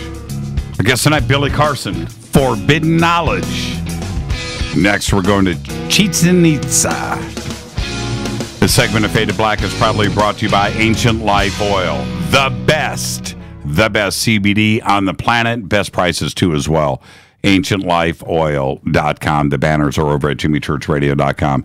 Billy. So, during the break, I was looking at my friend's Chichen Itza video. I wish I could post it. I just don't have the permission. But you were just there, so you probably know where he shot this. But the drone is sitting on his patio. Camera's live, right? And it just takes off. It's this patio, and it's a grass-covered condo bungalow. Really nice, right? Anyway, so it takes off and it rises up above the tree, and now I was wondering how close he was, because that's the name of the video, right? So anyway, and it just rises up about 10 feet, and then right in the background you see the top of the pyramid in the tree. You're like, wait, what? He's that close, right? And it just rises up, and you can see the road. It's like a golf cart track or path. and it just cuts through the trees and goes straight to the pyramid. And it just rises up, and then you see the whole complex, and it's it's a quarter mile, I think, is actually too far. That's how close. But anyway, what's impressive about it is as it rises up, you see the size of this complex. It is huge. You see the observatory and the orientation of everything and how it is sitting there. It's an incredible sight, and I'm sorry, but I will just disagree with what historians are trying to say about this site. This is complex. It is high technology, and it is about as impressive as any site on planet Earth. Oh, absolutely, no doubt about it. I mean, you had mentioned El Castillo earlier, which is really the temple of Kukulkan, and I mean, a lot of people don't know that like we talked about building on top of pyramids on top of pyramids. It actually is a pyramid that's built on top of an older temple. So the El Castillo, or the pyramid of Temple of Kukulkan, if you want to call it, is built on top of another structure. I mean, so it's a multi-faceted structure, a multi-layered structure. That's just amazing stuff. And I guess it's a solstice. The solstice is when it actually has the snake that runs down the side. Right. So the alignment has to be absolutely perfect for that to happen, for that snake image or that shadow to ride down the side of that the staircase. And that symbolizes the fact that they're saying that Kukulkan, who's also Quetzalcoatl, who's also Thoth, many names for this same person, arrived on a flying serpent. All this symbolism is to honor, this god, or this man god, or whatever you want to call it, that basically brought them to technology. So it's really amazing, man. It's amazing stuff. Let's talk about that serpent for a second, because the serpent head, the shadow, and how the stairs line up on solstice, that's absolutely incredible. Yeah. And remember, that had to be designed and thought through. And it's you just don't build it and go, oh wow, check it out. It's a certain. No, it was done. It was done and thought through. But right, there's a dragon head. There's multiple dragon heads there. But the same thing in China, the same thing in Europe. It's around the world. Japan, dragon heads. Where do you think either there were dragons and they just were recreating them, but they look visually the same with all of these other cultures? Is it symbolism? How did this transoceanic information happen where they're all, portraying and preserving the image of dragons? Or are these cultures much older and were dragons, I'm not reaching here. Yeah. Were dragons real and part of what they were living every day with? It's possible that they were real, but I tend to always bend toward technology. And ancient peoples always use animals as symbols of what they would see that we would now know is advanced technology. And I believe that the symbol of the dragon goes back to some type of a craft that most likely had exhaust coming out of it. And they automatically would consider this a dragon. And that's kind of where I lean to. I lean more towards technology, and I believe that this dragon symbolism is their way of saying this particular entity used to fly in a flying dragon, which in modern terms would be an airplane or a rocket, or a jet, any one of these many types of modes of transportation. They saw fire coming out of it, which gave them the dragon. They were all seeing the same thing. Yeah. When you would have a hard time if you were looking at just photographs of different dragons in sculpture, these megalithic spots around the world. You would have a hard time knowing which culture actually did it. You know what I mean? Because they're so close. They're so identical. Oh, yeah. Indonesia. I mean, no matter where you go, you find it. I mean, it's incredible. Yes. Now, Chichen Itza. Okay. First impressions. Well, the first impression that I got was that the designer, we kind of really touched on it a little earlier, was very interested in making it very aesthetically beautiful. And if you kind of just close your eyes and kind of go back in time and try to envision the compound when it was in its prime, you can see that it was probably a real glorious place to live and be around. And I guess when these god people would show up, like Kukulkan and some of these other, people who were considered to be gods, the people worshiped there, and they came to praise them and bring offerings and everything else. But when you go back in your mind and you can just envision the compound, you really can see that it was a really glorious place, and it was aesthetically beautiful, probably one of the more beautiful places, at the time on the planet, just by the way it's set up and the way it looks. Before we get to the pyramid, let's talk about the Temple of Warriors. Okay. I think the pyramid is cool, right? Yeah. The Temple of Warriors how impressive is that? Oh man, it's incredible. It's a beautiful piece of work, and it's very similar to the temple. I mean, to the it's the Pyramid of Kukulkan, which is in. I was there. It's in. Hold on a second. I'll tell you. Tula. It's in Tula, Mexico. I went to Tula, Mexico, to look at the Pyramid of Kukulkan. I mean, the Pyramid of Quetzalcoatl, and the Pyramid of Quetzalcoatl in Tula is extremely close to what you see here, the Temple of Warriors in Chichen Itza. I mean, very, very, very. In fact, I'm going to make a side. I'm glad you brought it up, because I'm going to make a side-by-side image. And I was able to climb the one in Tula, but not the one at Chichen Itza, unfortunately. But it's very similar.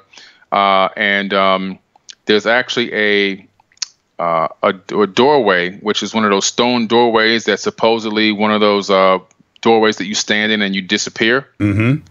Well, there's one here, and there's also one at the one in Tula, Mexico, as well. So that's I found that to be very, very interesting. And the one in Tula, Mexico, they talked about the archaeologist that toured us talked about the fact that Thoth had to go to war, and he would take the skulls of the people that were killed that were for good, and he would take them to that doorway, stand in it, disappear, and recycle their souls back into basically reincarnation. A portal. A portal. He would go to this portal. Correct. Yeah. And there's also a portal at this Temple of Warriors as well. So, did you stand in it? I couldn't get close because they had it roped off with chains and everything. Man. What? Do what I do. Cross the rope. Just lift it up and walk. What are they going to do, man? Yeah, I know. What could they do? Now, the one in Tula, I was able to go stand in the doorway and get some cool pictures. That was pretty cool, but I couldn't get to this one. But the Temple of Warriors, man, what an awesome sight to see. It's a real amazing structure. And another thing that's amazing about it, it's built on top of another structure. So this is not even close to the top. This is actually just a cap top of it. There's way more beneath the ground. Way more. The columns, right? Mm-hmm. The warriors, whatever you want to. Was that? Do you think that was roofed?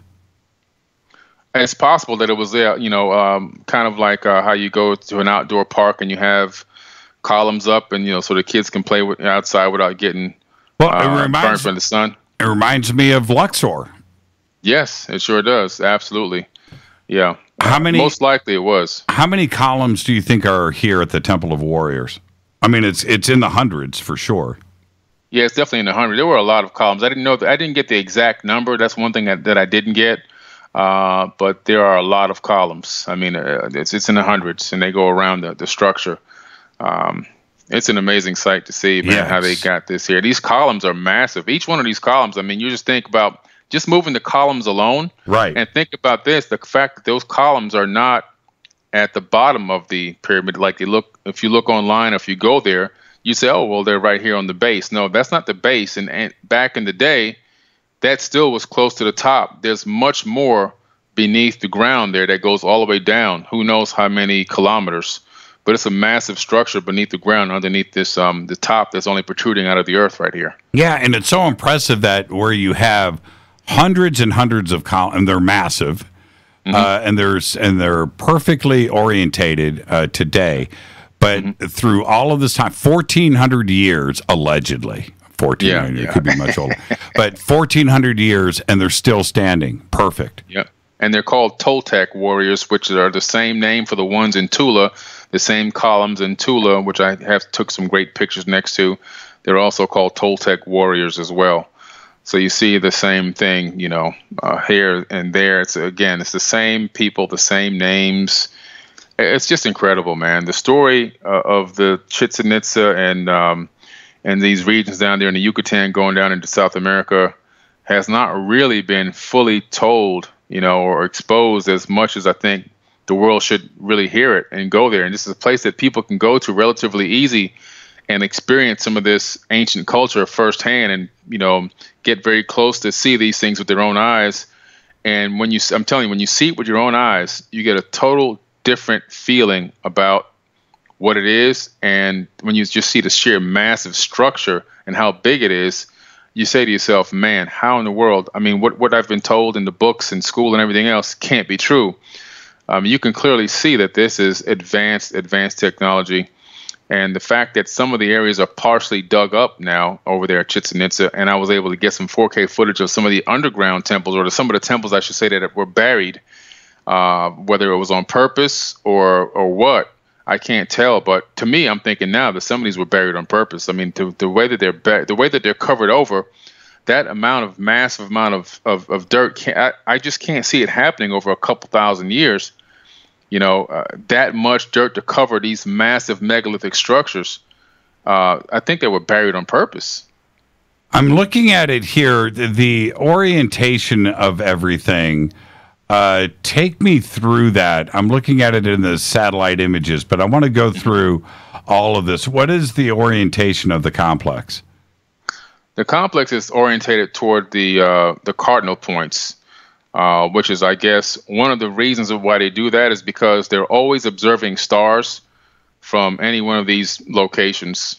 And they always want to have, I guess, a particular understanding of a particular point of view, whoever built these structures. So when they're looking at the equinox, the precession of the equinox, or monitoring the precession of the equinoxes, the way that the constellations move across the sky so that they can create these concepts of the cycles of man, is what they call them.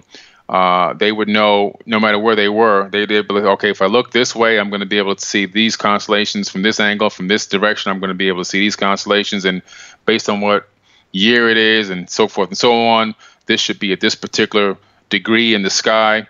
So it was very meticulously done. All these structures were very meticulously positioned so that they can always monitor the stars. They were heavy into star and astronomy, as well as the equinoxes, and this is what they use to make the long count calendar, which is not 365 days. It's a very long. I forget the total length of this calendar, but it's thousands of years, and then it starts back over again. So each one of those calendars is supposed to be the length of a world, and we're supposed to be headed into the fifth world now. So these cycles are guided by the stars, and it basically, in a way, prophesizes the rise and fall of civilizations over time.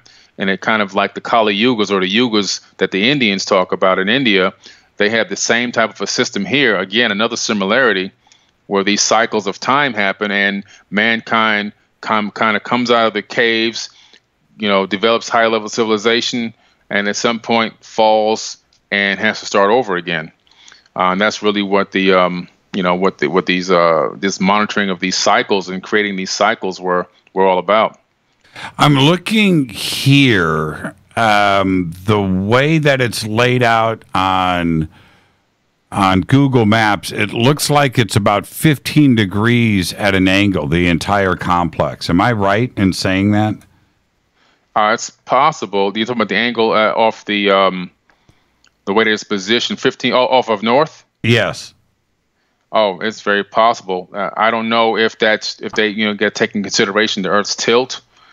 I don't know how they factored in true north at that time. Well, there's off in the distance, and I've looked at this before. There's also another road, ancient road, off in the distance. That's also at the same angle. And let me look at it here, 500 feet. So it's about 2,000 feet away. What is that? That's a quarter mile, right? Is that? Yeah, that's about a quarter mile. Yeah, and it's at this exact same angle. It's pretty interesting. I'm just wondering why. I just go with age. You know, it's possible. I mean, the north most eastern point, for example, is I'm just going through my notes here from when the guy was talking. It's tilted exactly 18 degrees from true north. Right, 18. Okay, that's about right. Okay, I said 15. Okay, right. Now, why is that? I have no idea. Now, when here's some of the notes here. So, let me see here. Calculations related to the sun and the length of the Mayan calendar year, such as 91 steps on each side of the pyramid, equaling the same number of stairs there are in the solar year. Okay, I knew that we had that already.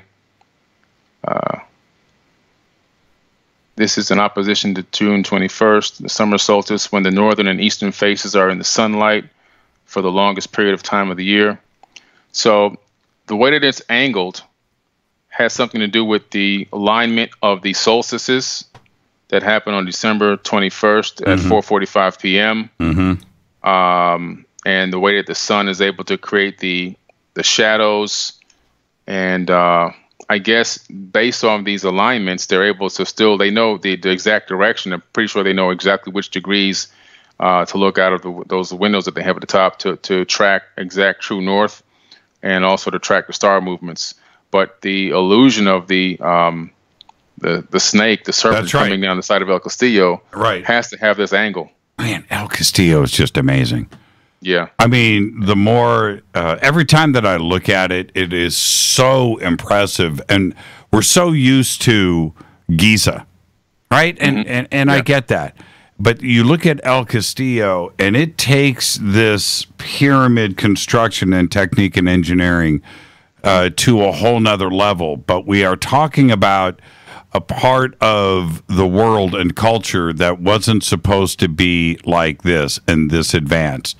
We know now about not only the Mayan culture, but the Incas and the high technology that so many had in Central and South America. But this is incredible. Yeah, I mean, I don't know. I don't even know where my mind is going with this. But every time that I see this, it suggests to me the high technology, but also why the pyramid. Why were pyramids built in China like they were? Why were they built here? Why were they built in Giza? Why the pyramid structure and form? And who taught them how to do this? It seems like it was one point source of information, and this needs to get done. I don't, unless it was instructions in our DNA, somebody else was teaching them what to do. Yeah, you definitely had a teacher here. And by the way, just to make one correction, the autumn equinox is when the shadow comes down on Kukulkan or El Castillo, and that's actually on September 22nd. I just want to make sure we had that correction in there. So September 22nd is when the alignment occurs that allows that shadow to come down the side of the staircase on El Castillo. What's the height of El Castillo? The height, I didn't have that in my notes here, but man, it's big. I could probably look it up real quick, but it's a lot bigger than people think. Because when you see it, you go, okay, it's a nice sized pyramid, but that thing is massive. Let's just look it up here real quick. It's pretty crazy. Okay, now I wanted to get back to the coordinates here. What are the coordinates of El Castillo? The coordinates, let me go back to my coordinate image that I had here. The latitude of the pyramid of Kukulkan or El Castillo is 20 degrees by 40 at 58.44 degrees north. So it's that's the latitude. So if you were to type that latitude into Google Earth or whatever, it should take you right to the same latitude of the pyramid of Kukulkan. The longitude obviously is not there. There's no longitude. So you'd be on the latitude. You'd have to find the longitude to actually zoom in on it. But the fact that they were able to calculate the latitude or program the latitude into the staircase and the staircase, the 4 staircases, the step at the top, and the way that they constructed it to make it multiply together and add up to the latitude number is incredible. That's advanced thinking. You have to think this type of stuff out in advance. You can't just say, okay, let's just make this work and we'll figure it out at the end. This is advanced planning. First of all, you have to have an understanding of latitude and longitudes. In order to get that, you have to have mapped the entire planet to get the correct the mathematics for the longitude and latitude, the degrees for the longitude and latitudes, and then you have to have an understanding of where to put a structure and how to make it align with that, but also how to make the dimensions of the structure reach the exact height. So you have to, that way you can program in how tall the bricks or all the stones are going to be by the time you get to the top peak of the pyramid. I mean, this takes a lot of advanced planning. You can't just start off and go, okay, well, it'll work. You have to really advance plan it. And that means every single stone that's put into this pyramid has to be pre-thought and pre-measured before it's put into place so that it can come up to the exact height that it needs to be to make it fulfill this numerical magic that they want to showcase to everybody, you know. And here's the closer on all of that: the engineering and the magic math and the astronomy. All of that has to lay out absolutely. When you get to that top step, everything has got to be correct. I absolutely understand it. And then they turn around and make it look good. Yeah. Okay. Now, you understand what I'm saying, because all of the formations on the outside going up the side of the pyramid, and the steps too as well. But all of that, it has to be designed and put into the design without apparently no written language or numbering system for the engineering. No T-squares, no engineering tables, no massive rooms full of engineers, which is what it would take today. You would have to have an engineering department with multitudes of different divisions. You know, you've got somebody working on the foundation. You have the artist and those guys over there in the art group that are doing that. You have everything, but that apparently history wants to tell us that they didn't have all of that. Well, then how did they get it done? Exactly. Somebody just tell me. And they got the 3 doors at the top too as well. Exactly. I think my personal opinion of how this was built was the first, you have probably a probe or satellite that goes up, whether you do it in your own ship or you use a probe or satellite, to probably a North Pole orbit, scans the planet like we do these days and gives us a complete grid of the planet. So we know the height of the seas, the height of the average land, height of the average land mass. We know all the information we need to know in terms of data. In other words, where to drop the structures at. And then you take all that information from the satellite or your ship, from the scan, and you put it into a computer program. And this advanced computer program, you would then put in some things that you'd like to hide in the brick masonry, like longitude, latitudes, dimensions of the planet, the days of the year, the solstices, tropical years, sidereal years, all these types of things you want to have revealed within the geometry of the structure itself. And then once you put all those queries into this software program, this advanced program, it then spits out an architectural layout for you, and it tells you everything you need to know to build this structure with all this stuff encoded in it. And then from there, it's just a matter of directing people to put the stuff, in the right position. In terms of querying the blocks, either you manifest the blocks from the ether, or you actually query these blocks. And in my personal opinion, because there's no mortar and the way that they fit together, I'm more leaning towards the idea that they may have been liquefied stone and then poured into place through some type of advanced laser-guided mold system, and then hardened in a very rapid way, or I guess I don't know the exact term you use to harden stone or concrete, but when you make a sidewalk, it ages over the course of a few days and it gets hard. So that probably would be the technique that I'm thinking in my mind would probably work the best to create structures like this, and very quickly. Versus 20 and 30 years and all this other crazy stuff that we hear about. Well, yeah, carving and quarrying and chiseling stones to fit, and you got to think of like Cusco too as well. The same problems are there to get these asymmetrical designs to fit together, and you're carving them and chiseling them. It doesn't make any sense. No. And when you look at the precise fitting of all of this, if they were pouring it, and I know that it seems like a reach for most.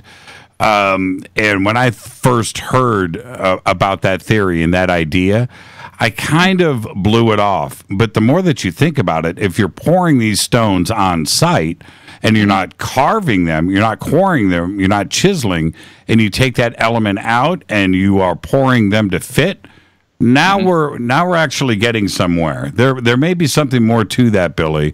I wish that we could figure it out. We'll be right back. This is Fade to Black. Our guest tonight, Forbidden Knowledge, Billy Carson. Now, when we do return, we're going to talk about El Caracol, the observatory. It's amazing. It's Fade to Black. We'll be right back. Stay with us. Hi, everybody. This is Rob Halford, the Metal Guard, on JimmyChurchRadio.com. This is KGRA Digital Broadcasting Station. Salt Lake City, Utah. Van Buren, Arkansas.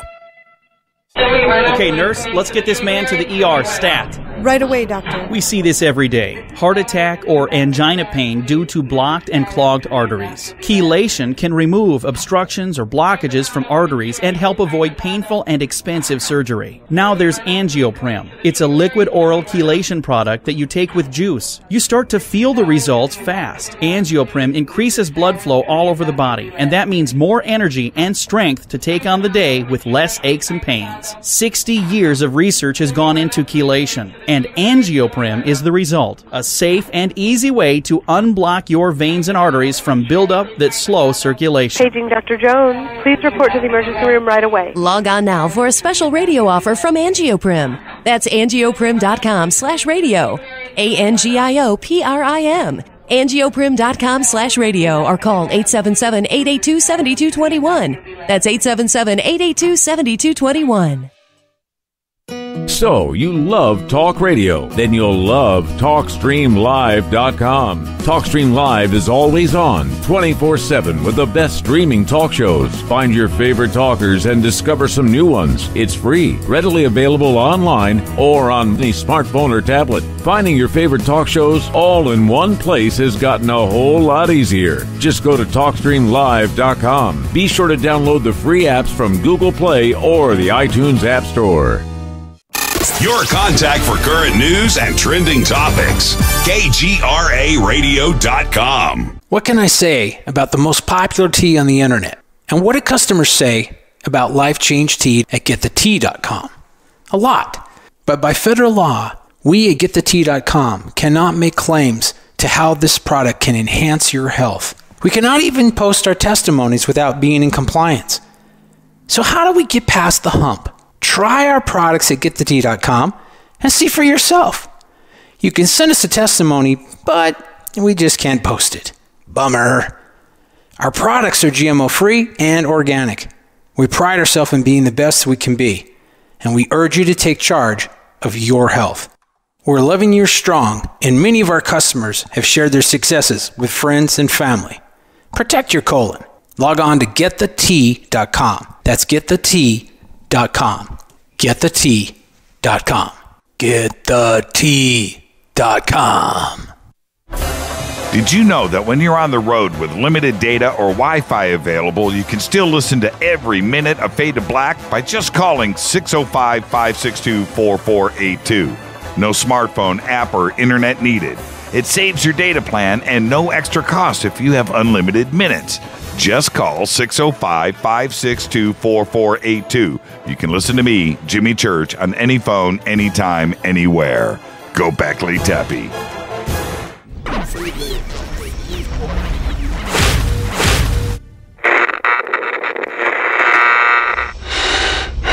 You want to know a secret? I love ponies. I really love ponies. I'm serious. I couldn't stay sane without ponies to brush. Why Fade to Black? Because you never got that pony, damn it. This is Fade to Black with Jimmy Church on the Game Changer Radio Network and KGRA, the Global Radio Alliance.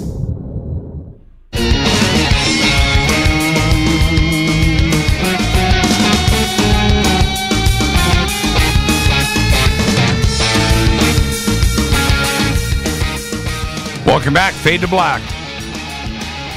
I'm your host, Jimmy Church. This segment of Fade to Black is proudly brought to you by Numana Food Storage. Yeah, click on the links over at jimmychurchradio.com. Click on those banners. Use the promo code Jimmy10. Jimmy10 will get you 10% off. It's going to get you free shipping. It's going to get you an autographed Fade to Black t-shirt. Every order over $100, Fade to Black t-shirt, autographed. Everything is right there. Just click on the Numana banners over at jimmychurchradio.com.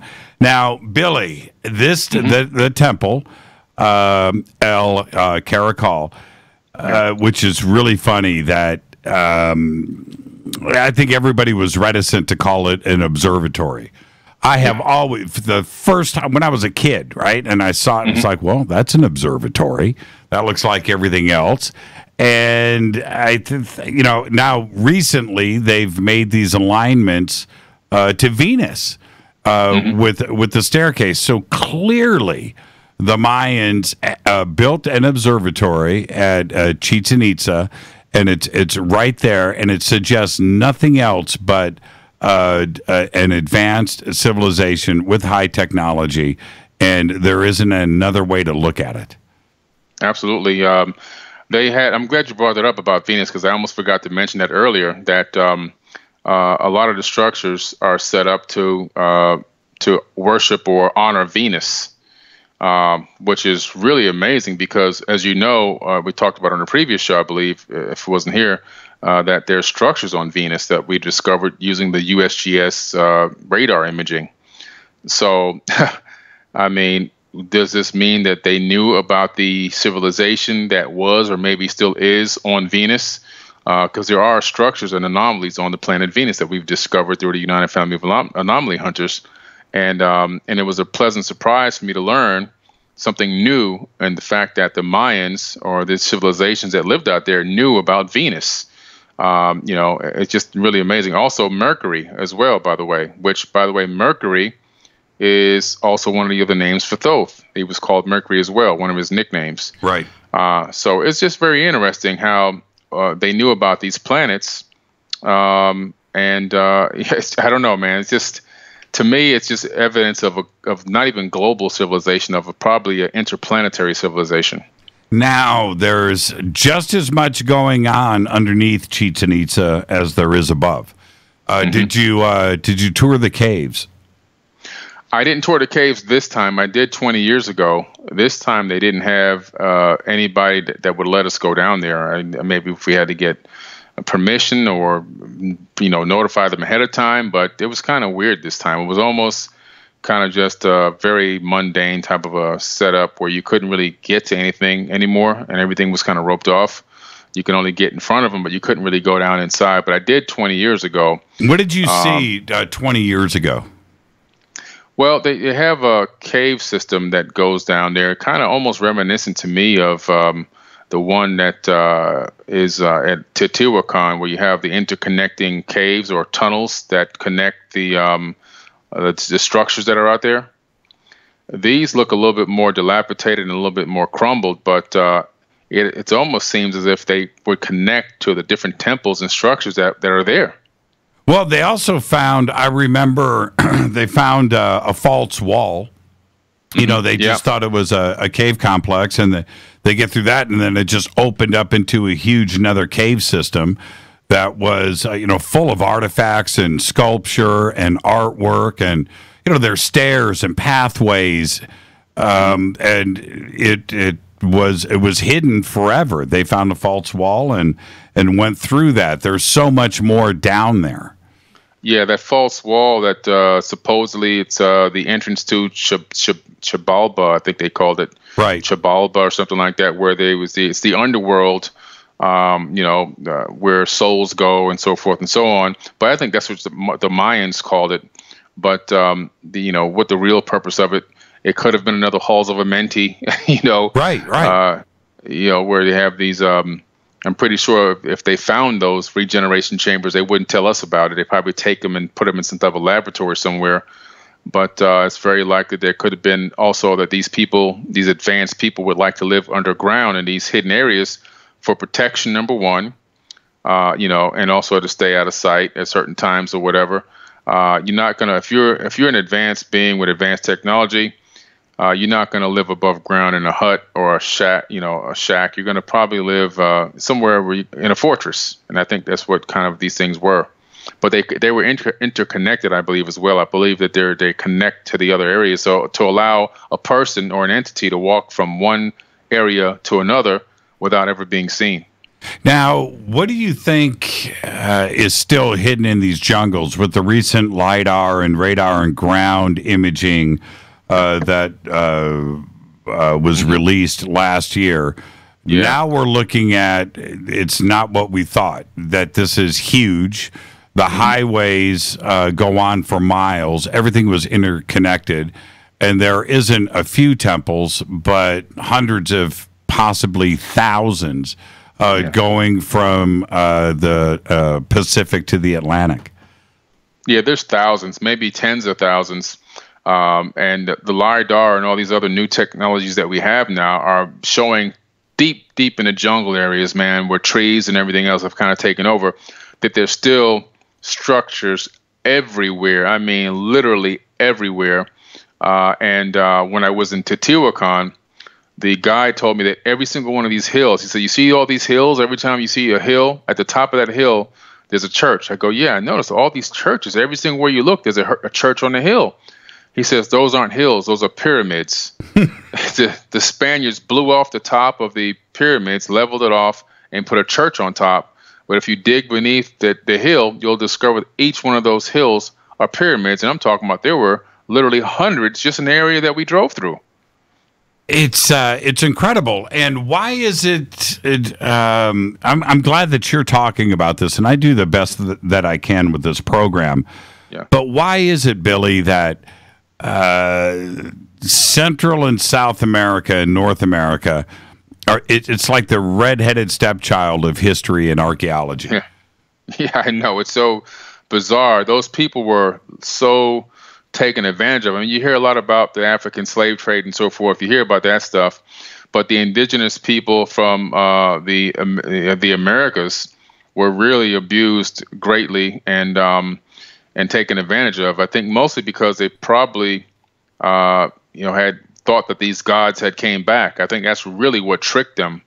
They really thought that all these sacrifices and everything else they were doing brought back the gods. And I think that when these people showed up, obviously they weren't gods, and they really took advantage of that. Though they masqueraded probably as gods or kings or rulers or whatever, and then they obviously systematically took down these people, killed a lot of them, and stole a lot of their goods and their gold and everything else, and then went about basically destroying any evidence of what their true history was about, and putting their history on top. Yeah, and I don't understand that because Napoleon goes to Egypt. It's the greatest trip that he's ever made in his life, right? And it's respect, and he's trying to, and the same thing with the Far East. And research missions and going into Africa and South Africa, but not here. Yeah, it was the opposite. The Spanish arrived and they just wanted to knock everything down. There was no respect of the ancient history that was here, and it continues to this day. Everybody is fascinated with Egypt, and I get that. And Greece and Rome and the United Kingdom. And I understand that. I really do. It's tourism dollars, too, as well, and research dollars. But we have the same beautiful history here in Central, South, and North America. It's all here, but nobody wants to give it that respect. Yeah, it's amazing. And it's almost as if it's being suppressed on purpose. And had been eradicated on purpose. Maybe, possibly, if any of these Anunnaki beings are still alive, for whatever reason, You never know. They could have been the one giving out the orders to, decimate this place and keep it down. You just never know what the true agenda is and who's behind what. And I know people may scoff and think that how can these Anunnaki beings or these ancient Sumerian people still be alive? But if you look just at the technology that we have right now, not in the future, but right now today in 2018, we have the technology to shorten a human being's telomeres on chromosome number 2 so that a human being can live to approximately 300 years old right now today. We have the capability of 3D printing organs, veins, and all different types of body parts, even including parts that move like hip joints and knee joints and everything else. We have the capability of doing gene therapy to remove diseases and so forth out of the body. So we have all this today in 2018. So we can literally create a human being or allow a human being to live, like I say, 300 years. Now, imagine we advance our technology another 50,000 years from now, what we can do, what a human being can do, how long a human being can live, obviously without getting shot or in an airplane crash or some crazy tragedy, just normal life.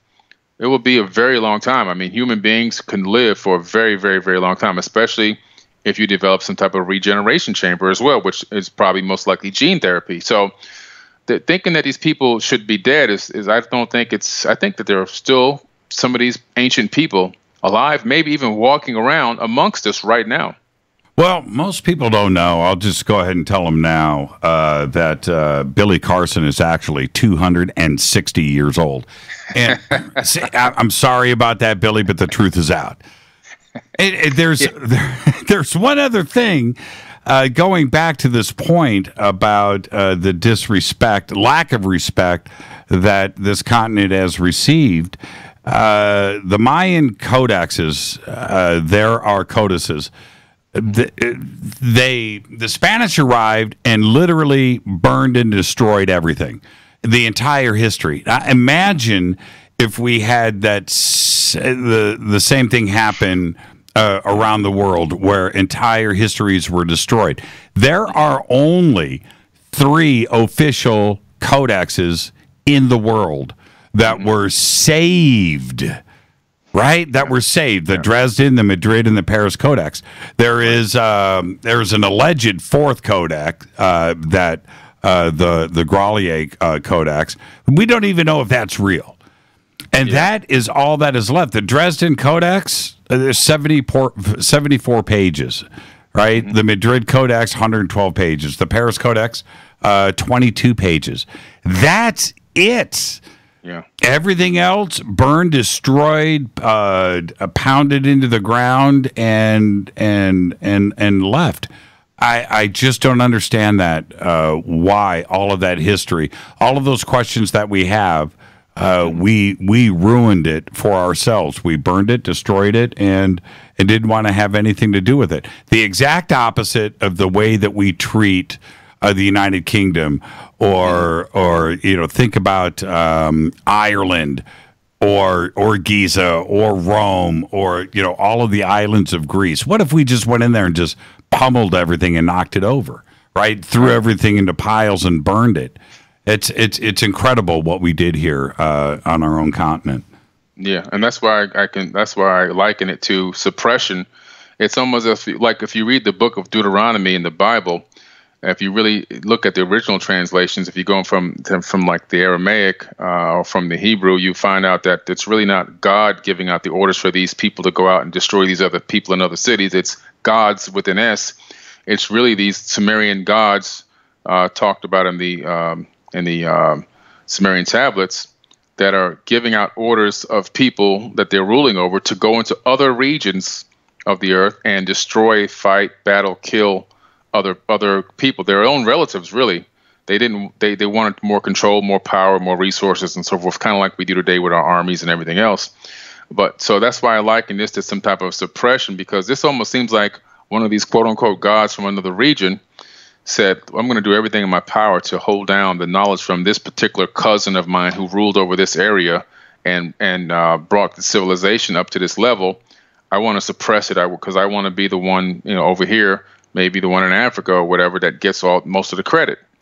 So that, to me, I liken it to like suppression of information. Why systematic suppression? Yeah, why suppress it? These people that they do it, like, for example, when Amun-Ra ordered Akhenaten out of Egypt to go around and deface all of these statues and etchings and glyphs and everything else, because he wanted to be the one and only God. He's a jealous God. That's where the Bible gets it from. Gets it from Amun-Ra. I'm a jealous God, and there'll be no other gods but me. That all comes from Amun-Ra, who then he ordered the Pharaoh Akhenaten that tell everybody there was only one God. He's the sun god, and to go around and deface. A lot of people think that these statues and so forth were defaced and destroyed by Spaniards and Europeans. But the fact of the matter is, it was ordered by Akhenaten. Even the complete histories were erased from hieroglyphs in certain areas. So, again, that was because this god Amun-Ra wanted to be the king of all, the king of kings, the god of gods. The top of the heap. So he wanted everything suppressed from the other people that were literally his own family members.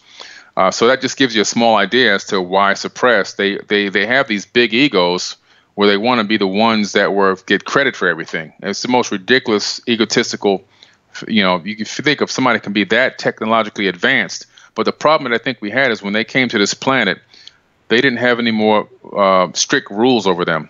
Gradually, as you read the text, you discover that they start breaking laws and rules that had been established since time memorial, but they started breaking them. And as they started breaking these rules and laws, they started becoming comfortable with breaking the rules and laws, and kind of became the Wild Wild West. Earth kind of became the Wild Wild West in ancient times, where they would literally just go around, do whatever they want, masqueraded as gods. They literally got to one point where they literally thought they almost were gods, So I think that the jealousy and the envy and the need and want to be the number one top dog is the reason why a lot of these battles and wars took place. With the different texts that we have, not only in Edfu, but in Mesopotamia and in India, where these texts definitely say our history goes back not thousands of years, but tens of thousands or hundreds of thousands of years. Why do we ignore that? Why doesn't history just go back and say, okay, you know what, we have to consider this, that we aren't just 5,000 years old, right? That the Ice Age was at 10,000 BC, that civilization is much, much older than that. Why is it that we can't start to seriously consider what is already written? I used to think originally that when I first learned about this and realized that I came to the realization that we're much older than we thought. I used to originally think, well, it's just because a lot of these theories had come out and had been printed in books, and a lot of money had been made, and nobody wanted to change it.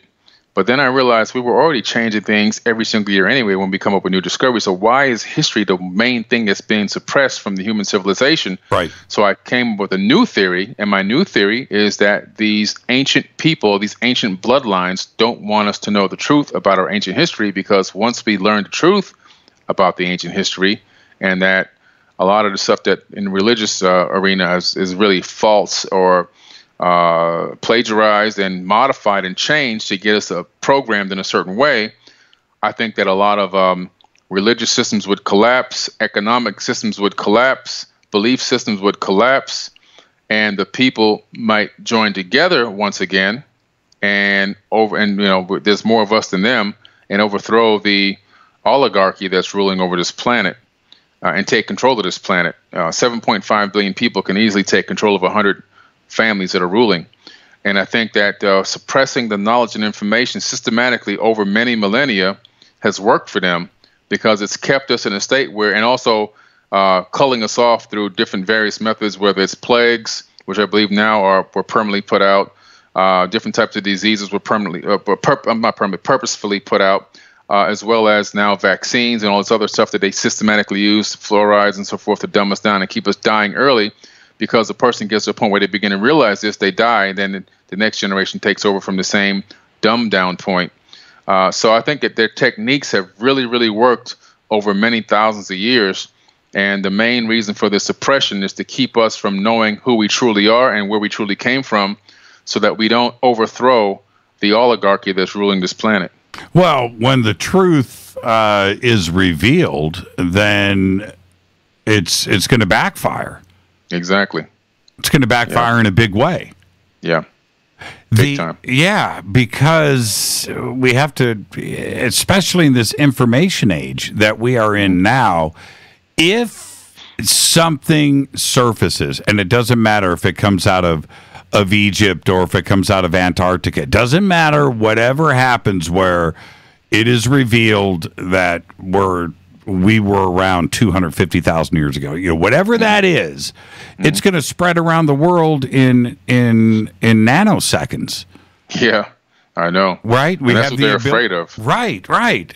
And everything will completely implode on them. I mean, the structure and the ruling elite that structure that is in place will simply dissolve quickly. Mm-hmm.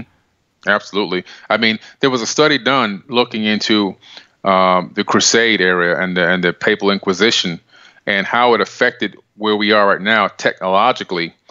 Technologically, we should have already been to the moon in the 1800s. Right. What stopped us were the Papal Inquisitions and so forth. That's what slowed down technology, because anybody who had a technological device or a technological mind was killed, tortured, and so forth and so on. Technology was the work of the devil and everything else.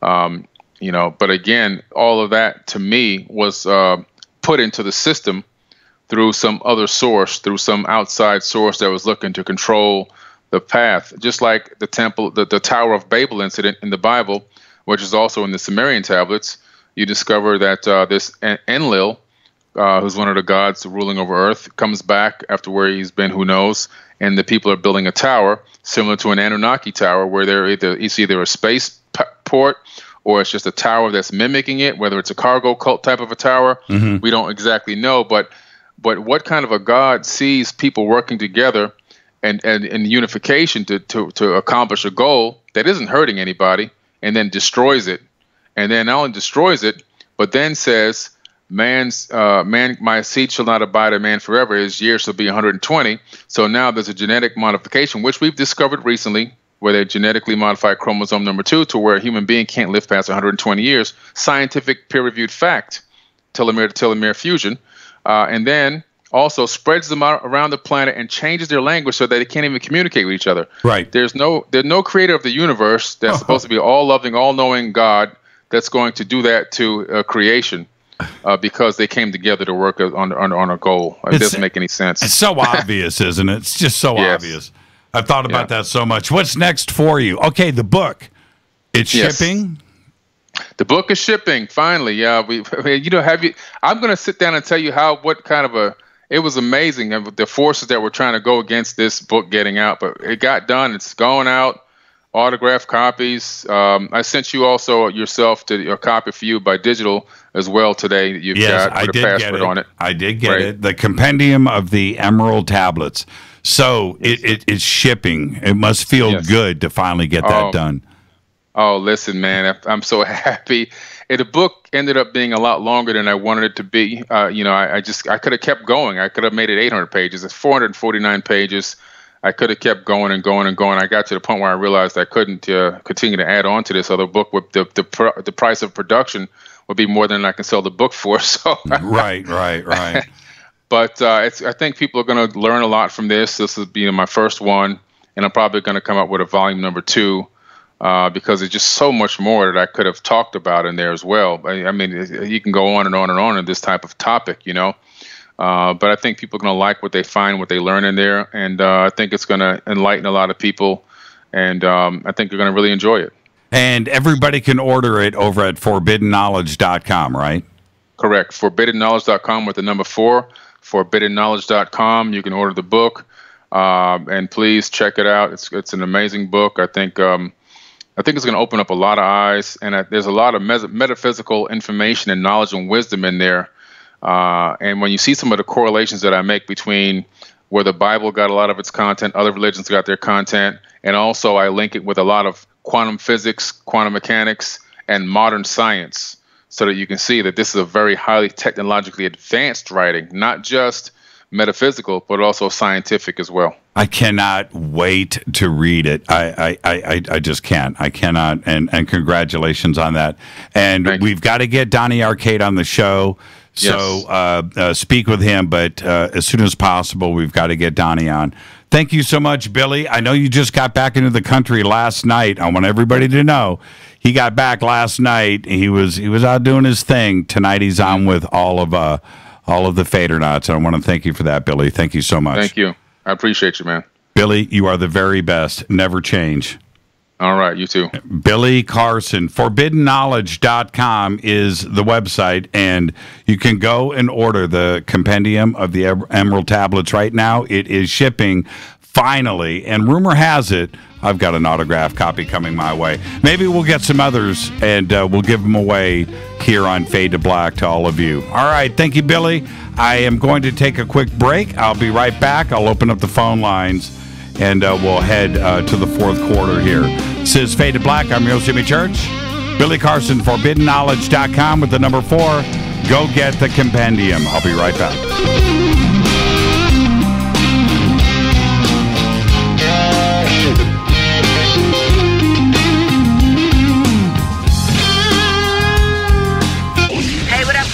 Vivica Fox here, and you are listening to my boy, Jimmy Church, on JimmyChurchRadio.com. Despite popular opinion, reading a book will not make you smarter. But listening to Jimmy Church will. Hurricanes, earthquakes, wildfires. This year we've experienced more than our fair share. This is Jimmy Church of Fade to Black, and last month I decided to make sure my family does not have to worry about food should we get caught in a real emergency situation.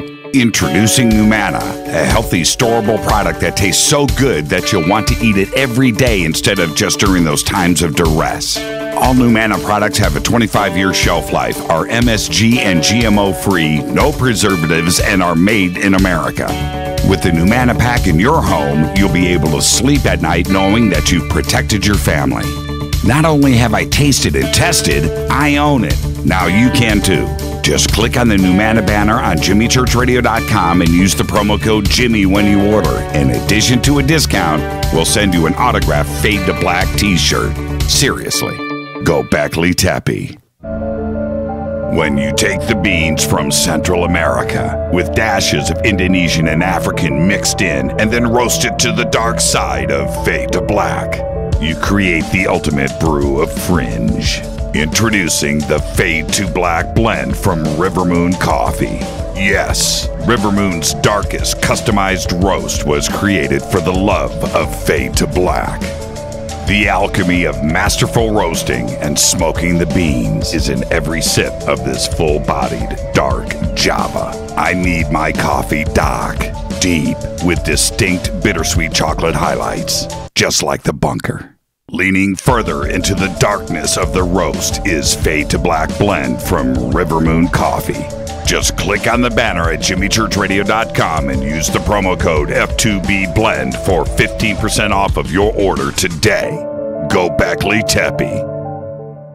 Hey, can we talk about something serious for a minute? Your age. Getting old has its perks. But remember, being a few years younger, you know, your hair was thicker, you didn't have so many wrinkles, that extra weight wasn't haunting you, and you just felt better. Well, we can't turn back the clocks and go back 10 or 15 years, but you can start feeling and looking 10 or 15 years younger with Nature's Youth RSF. It's a doctor-formulated daily supplement that helps your body maintain its peak performance and fight the aging process. Imagine sleeping better, looking better, and feeling better. See how Nature's Youth RSF has helped thousands of people just like you at nature'syouth.com. nature'syouth.com. The holidays are coming. Imagine how it will feel when your family and friends are asking you what you did to look so good. Your secret will be Nature's Youth RSF. It's time to start looking better and feeling better. Learn more and order your Nature's Youth RSF at nature'syouth.com. That's nature'syouth.com. This is Kristen. You're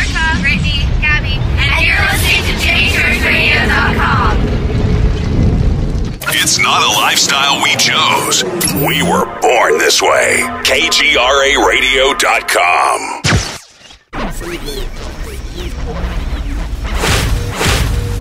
This is KJCR at JimmyChurchRadio.com.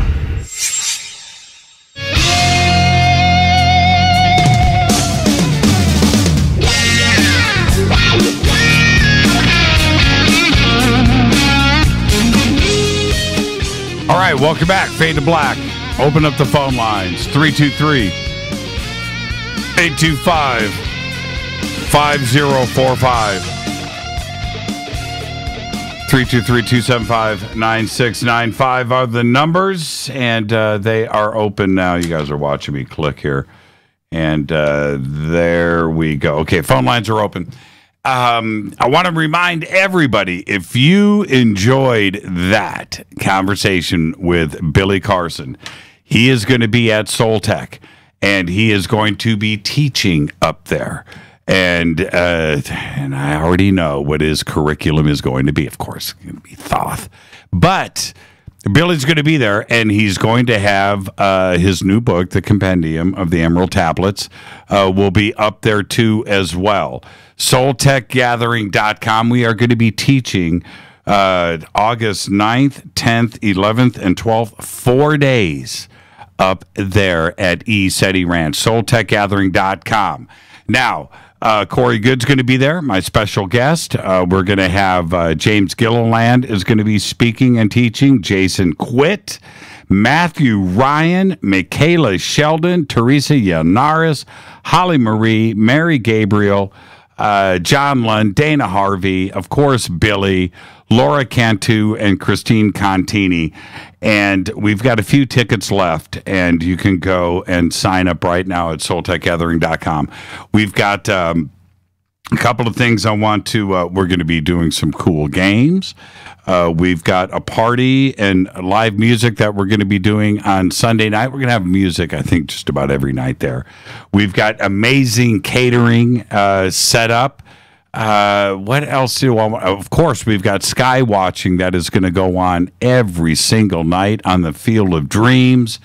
I'm going to be hosting panels and all of the events all weekend long. It's going to be great. So you want to go and get your tickets right now. We only have a few left. And I want to stress that we are today's the 25th.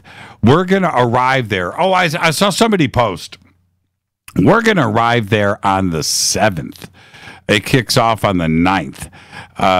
So we're going to arrive on the 7th, and we're going to stay a day or two past as well.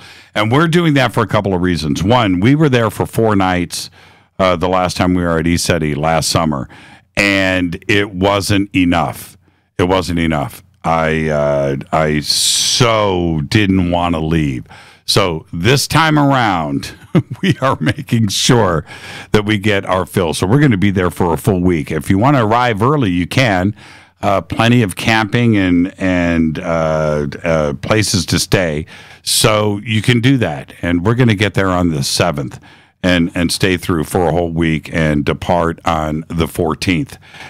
So come on up and hang out with us early. Yeah, we've got a really cool, how do I want to say this? We've got a really cool vehicle that we're going to be pulling in and parking there. Now, before I get to the phones, and let me look at this here. Oh man, I've only got.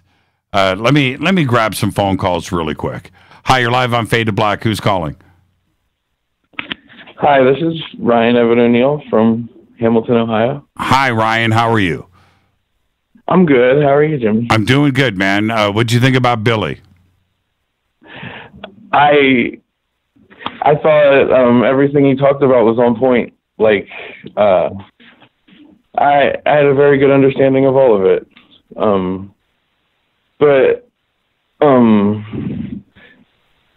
Like, Did he say he didn't get into the caves this time underneath? Yeah, he didn't get into the caves. Yeah, I don't think he attempted it this time around. Or maybe he said that he couldn't get into the caves, but they're huge. Yeah, I was just because I do a lot of sacred geometry, and I'm an amateur cryptographer. Right. And so I never, that's some information that I've never written down, is the dimensions of the caves underneath. Yeah, they're huge. They're huge. I don't think they've been fully explored either. They're huge. I've seen a lot of video. They're just tremendous. Huge cave system. Like the tomb for the emperor over in China that they won't let people go into, right? Because of the mercury content, they say. Right. I think it's just a bunch of FUD, They just like Billy talks about, it's forbidden knowledge. It's just, and with the planetary shift into the age of Aquarius, I just think more of this stuff is going to start coming out and start coming to light, I can't wait for it to be honest. I just can't wait. And like I said with Billy and Ryan, thank you for the phone call, my friend. No problem. Yeah, thank you, man. Great phone call. It will spread around this planet like that, right? One little tick, one little thing that blows everything out, it won't be able to be suppressed. It was easy to do that in years past.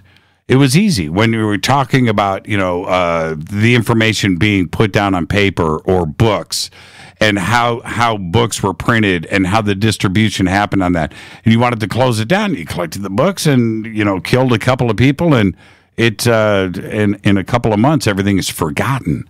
So it was easy to. It's not that kind of party today. It is difficult. So when you talk about things like look what Anonymous did with the Arab Spring in Tunisia, for instance, or what went down in Egypt, getting that knowledge out about what is going down, it's instantaneous now. You cannot hold it back. Governments are threatened with this freedom of information that we have today, that forbidden knowledge. Let's go back to the phones. Hi, you're live on Fade to Black. Who's calling?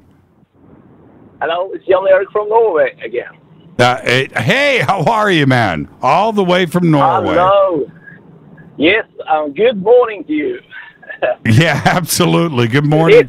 It's morning. It's now 6:30 in the morning, so I'm heading to job. Did you heading to work. Did you listen to Billy? Oh my God, it's amazing. This guy, Jesus Christ, he's so full of knowledge. Unbelievable. You know what? He's so right on the spot. He is. I'll tell you something that was so great for the Fadernauts was Billy hanging out at Contact in the Desert. So we were having all these little Fader, groups all over the place at Contact in the Desert. Billy just comes up, sits down, what's up? And everybody just started laying the questions on him. And it went till 1, 2 o'clock in the morning every night. And I was just so proud of Billy, the respect that he got. And the questions were all over the place. And he was able to just sit and be patient and address everybody's questions every single day and night. It was so much fun. Just like he does on this show with me, he was doing with everybody at Contact in the Desert. It was amazing. He's got groupies now. He's so down to earth, this guy. When he's talking with the frequency so right. You get the knowledge straight in and store it. What they talk about. Yeah, and there's one other point that you need to realize, not you, but I mean just in general, the public, is Billy goes out to these sites. That's what he does. He goes out, he flies around, he's doing this research, right? He goes to Egypt. He goes to Europe. He goes to Central and South America. He's out there trying to figure out, like tonight when I said, look, you're doing this, and this, but you're also, you just went to Coral Castle, right? He's out there trying to figure this out, man. Yeah, he take the puzzles. I know, right? He got the pieces. Now he put the puzzle to a picture, and now we see the picture, and now we can see that it's even a huge picture by the puzzles. There's a reason why. There's a reason why he's got millions of followers.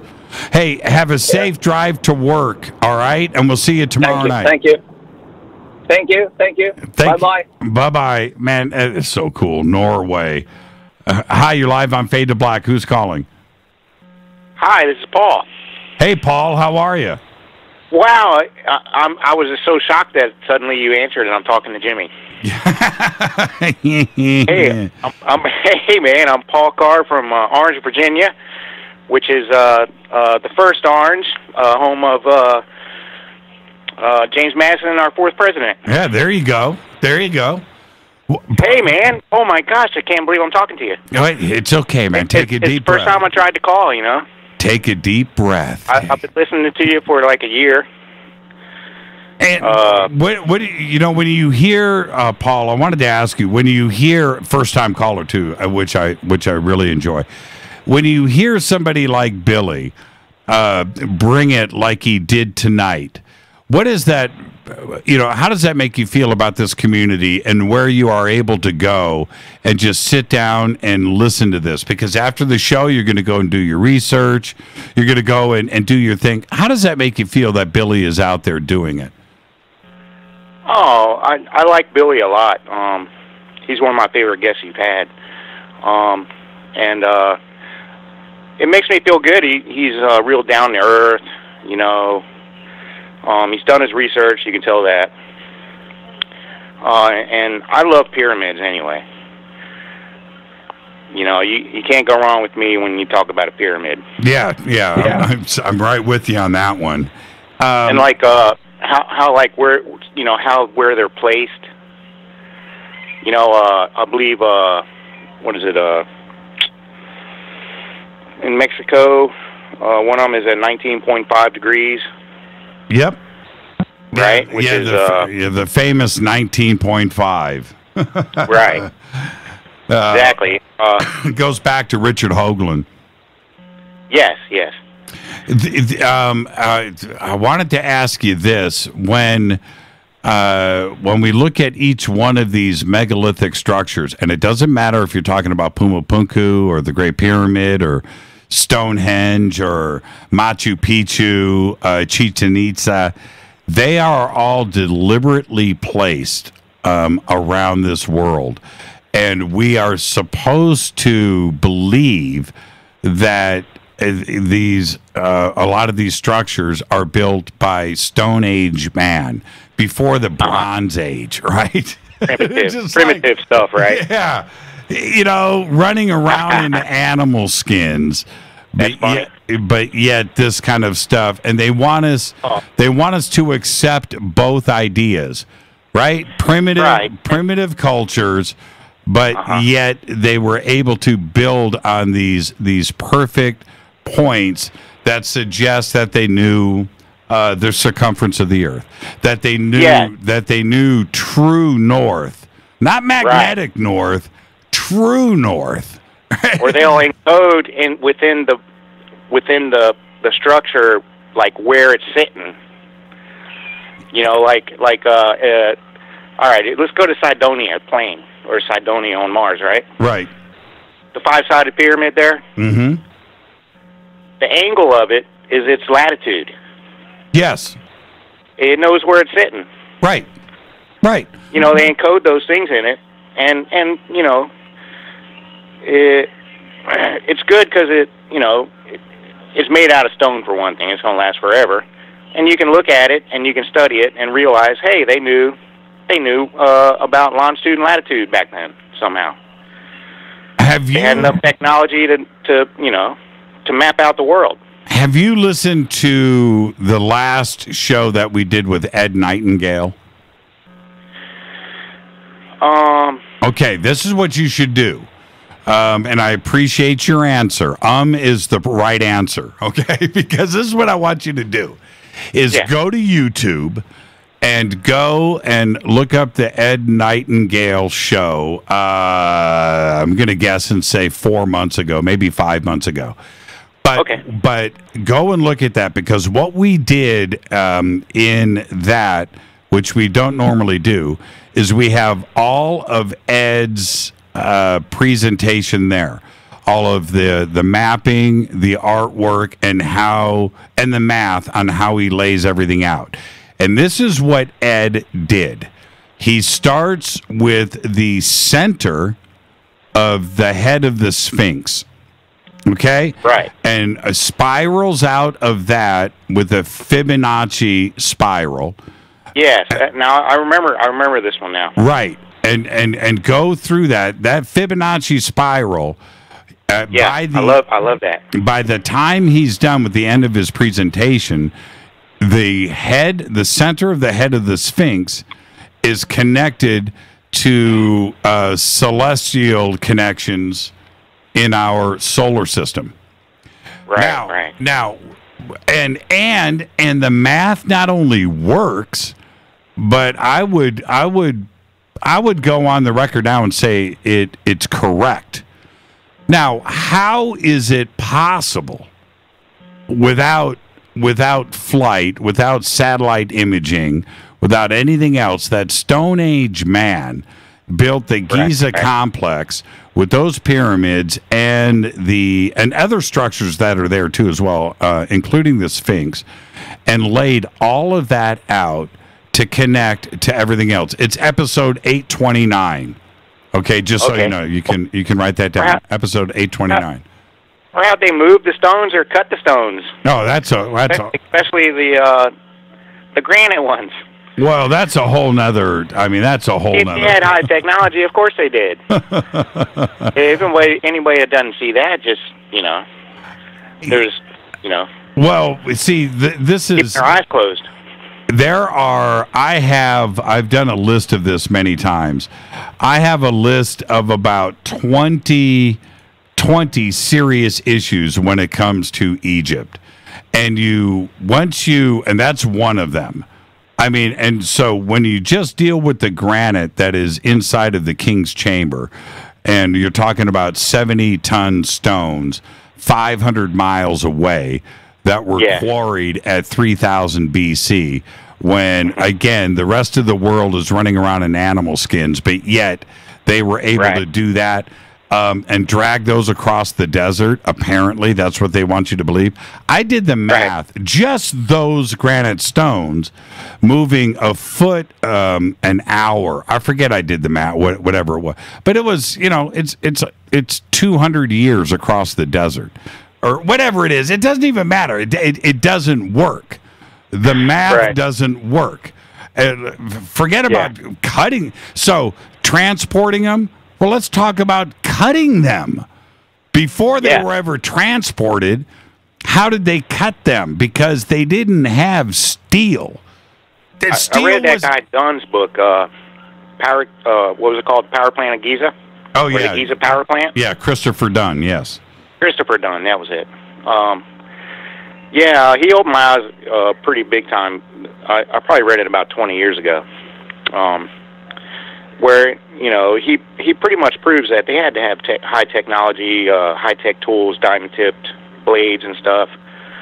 At one point, there was 2 different statues side by near each other that are exactly the same, cut exactly the same. Yeah. Yeah, and again, we're talking about granite. And the way that Christopher Dunn lays that out, and he does it so well, I've seen him do it so many times, that this wasn't somebody that just sat down and went, I'm going to carve a face, right? It's not about that. It is perfectly laid out in 3D, and there has to be because the circles and the radius line up in a 3D world. It's not. It's just not carved on a whim by some great sculptor, some great artist. No, the measurements that were done here to get those faces correct, and it's not just the face, it's the chin, it's the lips, it's the eyes, it's the eyelids, it's the nose, it's the ears that were just perfectly done with measurements in a 3D world. I don't know how it was done, but I can tell you. They did it with copper chisels, Jimmy. Yeah, and chicken bones. I'll talk to you, Paul. Thank you for the phone call, my friend. Don't be a stranger. I'll call you again about something I want to talk to you about. Yeah, you should do that. I've had. Well, tomorrow night, man. It's Fader night. I'll see you tomorrow night. Hey, nice. Okay. Thank you, Jimmy. Thank you, care. man. That's what I'm talking about. Nothing like a first-time caller. But that right there, when we talk about, let's not mess this up, okay? It's one thing to bring up how did they get the stones, these red granite blocks, 500 miles. Okay, that's a huge question. But we got to back up off of that and now address the basics. How did they quarry them? They didn't have steel. They might have had, and I'm saying might, copper, which ain't doing anything to granite. It's simply not. So before we talk about transporting them, let's talk about how they quarried them. Impossible. It's impossible. It's impossible. So either they had steel or they had something much, much more advanced than that. The steel part, there is evidence, and again, suppressed, completely suppressed. There is evidence in the fifth chamber above the king's chamber, whatever they call it, up on top, where there is rust. Now, you heard me correct. Rust in the granite, which suggests one thing: iron. Right? Steel, iron used. Now, iron and steel didn't happen for another 2,000 years. 1,500 years. Depends on what part of the earth you're on. Now, wait a minute. Right? It's like either the pyramids are that old and they had steel, or they are not. And I really do. I think that the pyramids were secondhand structures that the pharaohs inherited, the fourth dynasty when they came. Those pyramids were already there. It's that simple. What Billy brought up today, what is underneath the Great Pyramid, we now know that there is a cave system there. But putting that aside, that the Great Pyramid was built on top of a structure that I'll lay it out. 50,000 years. There you have it. 100,000 years. The Great Pyramid and the complex was already there. Why? I'm going to go to the basic of the basics. There's no hieroglyphics inside or outside the Great Pyramid. Why? They didn't have hieroglyphics when that pyramid was built. They didn't have that type of writing. There was no reason to put writing on it 50,000 years ago, 100,000 years ago. And I don't care what anybody says. I really don't. If the pharaohs built that, if Khufu built that, or anybody else in the pharaonic period, they would cover it with hieroglyphics. The reason why in Saqqara there is hieroglyphics on those pyramids, and I'm just saying, this is just logic speaking. The reason why there's hieroglyphics there is because they were imitating the Great Pyramid, and they just never succeeded. They covered those with hieroglyphics because those were built in the 4th dynasty, 5th dynasty, 6th dynasty. It's that simple. It's a very easy thing to figure out. It's just called logic. There's a reason why there's no hieroglyphics on the Great Pyramid or anywhere on the Giza Plateau. It's simple. They didn't have them. That's it. There's no other way to look at it. You know, and I'm cool with it. I am totally cool with it. I really, at this point, in my research and where I am today, I really don't care what anybody else thinks. It's just the way that it is. And I do want to thank Billy Carson for coming in here tonight. Amazing. He got back in country last night. Tonight, he's on with us here at Fade to Black for all of you. Fade to Black's executive producer is Rita Kamarian. Tomorrow night is Fader Night. Open lines all night long. John Rappaport's going to be here with us. No More Fake Newsroom Live. Show is produced by Hilton J. Palm, Renee, Dennis, and Bob. Announcers are Steve Harder, Gene Vitola, Mark D. Kovar, Webmaster Drew the Geek, Music Doug Aldrich, Intro Spaceboys, SpaceboyMusic.com. Fade to Black is produced by KJCR for the Game Changer Network, and syndication is KGRA, The Planet. This broadcast owned and copyrighted 2018 by Fade to Black and the Game Changer Network. It cannot be rebroadcast, downloaded, copied, or used anywhere in the known universe without written permission from Fade to Black and the Game Changer Network. I'm your host, Jimmy Church. Tomorrow night, Fader Night, all night long, open lines. Until then, everybody be safe. Go back, Lee Tappy.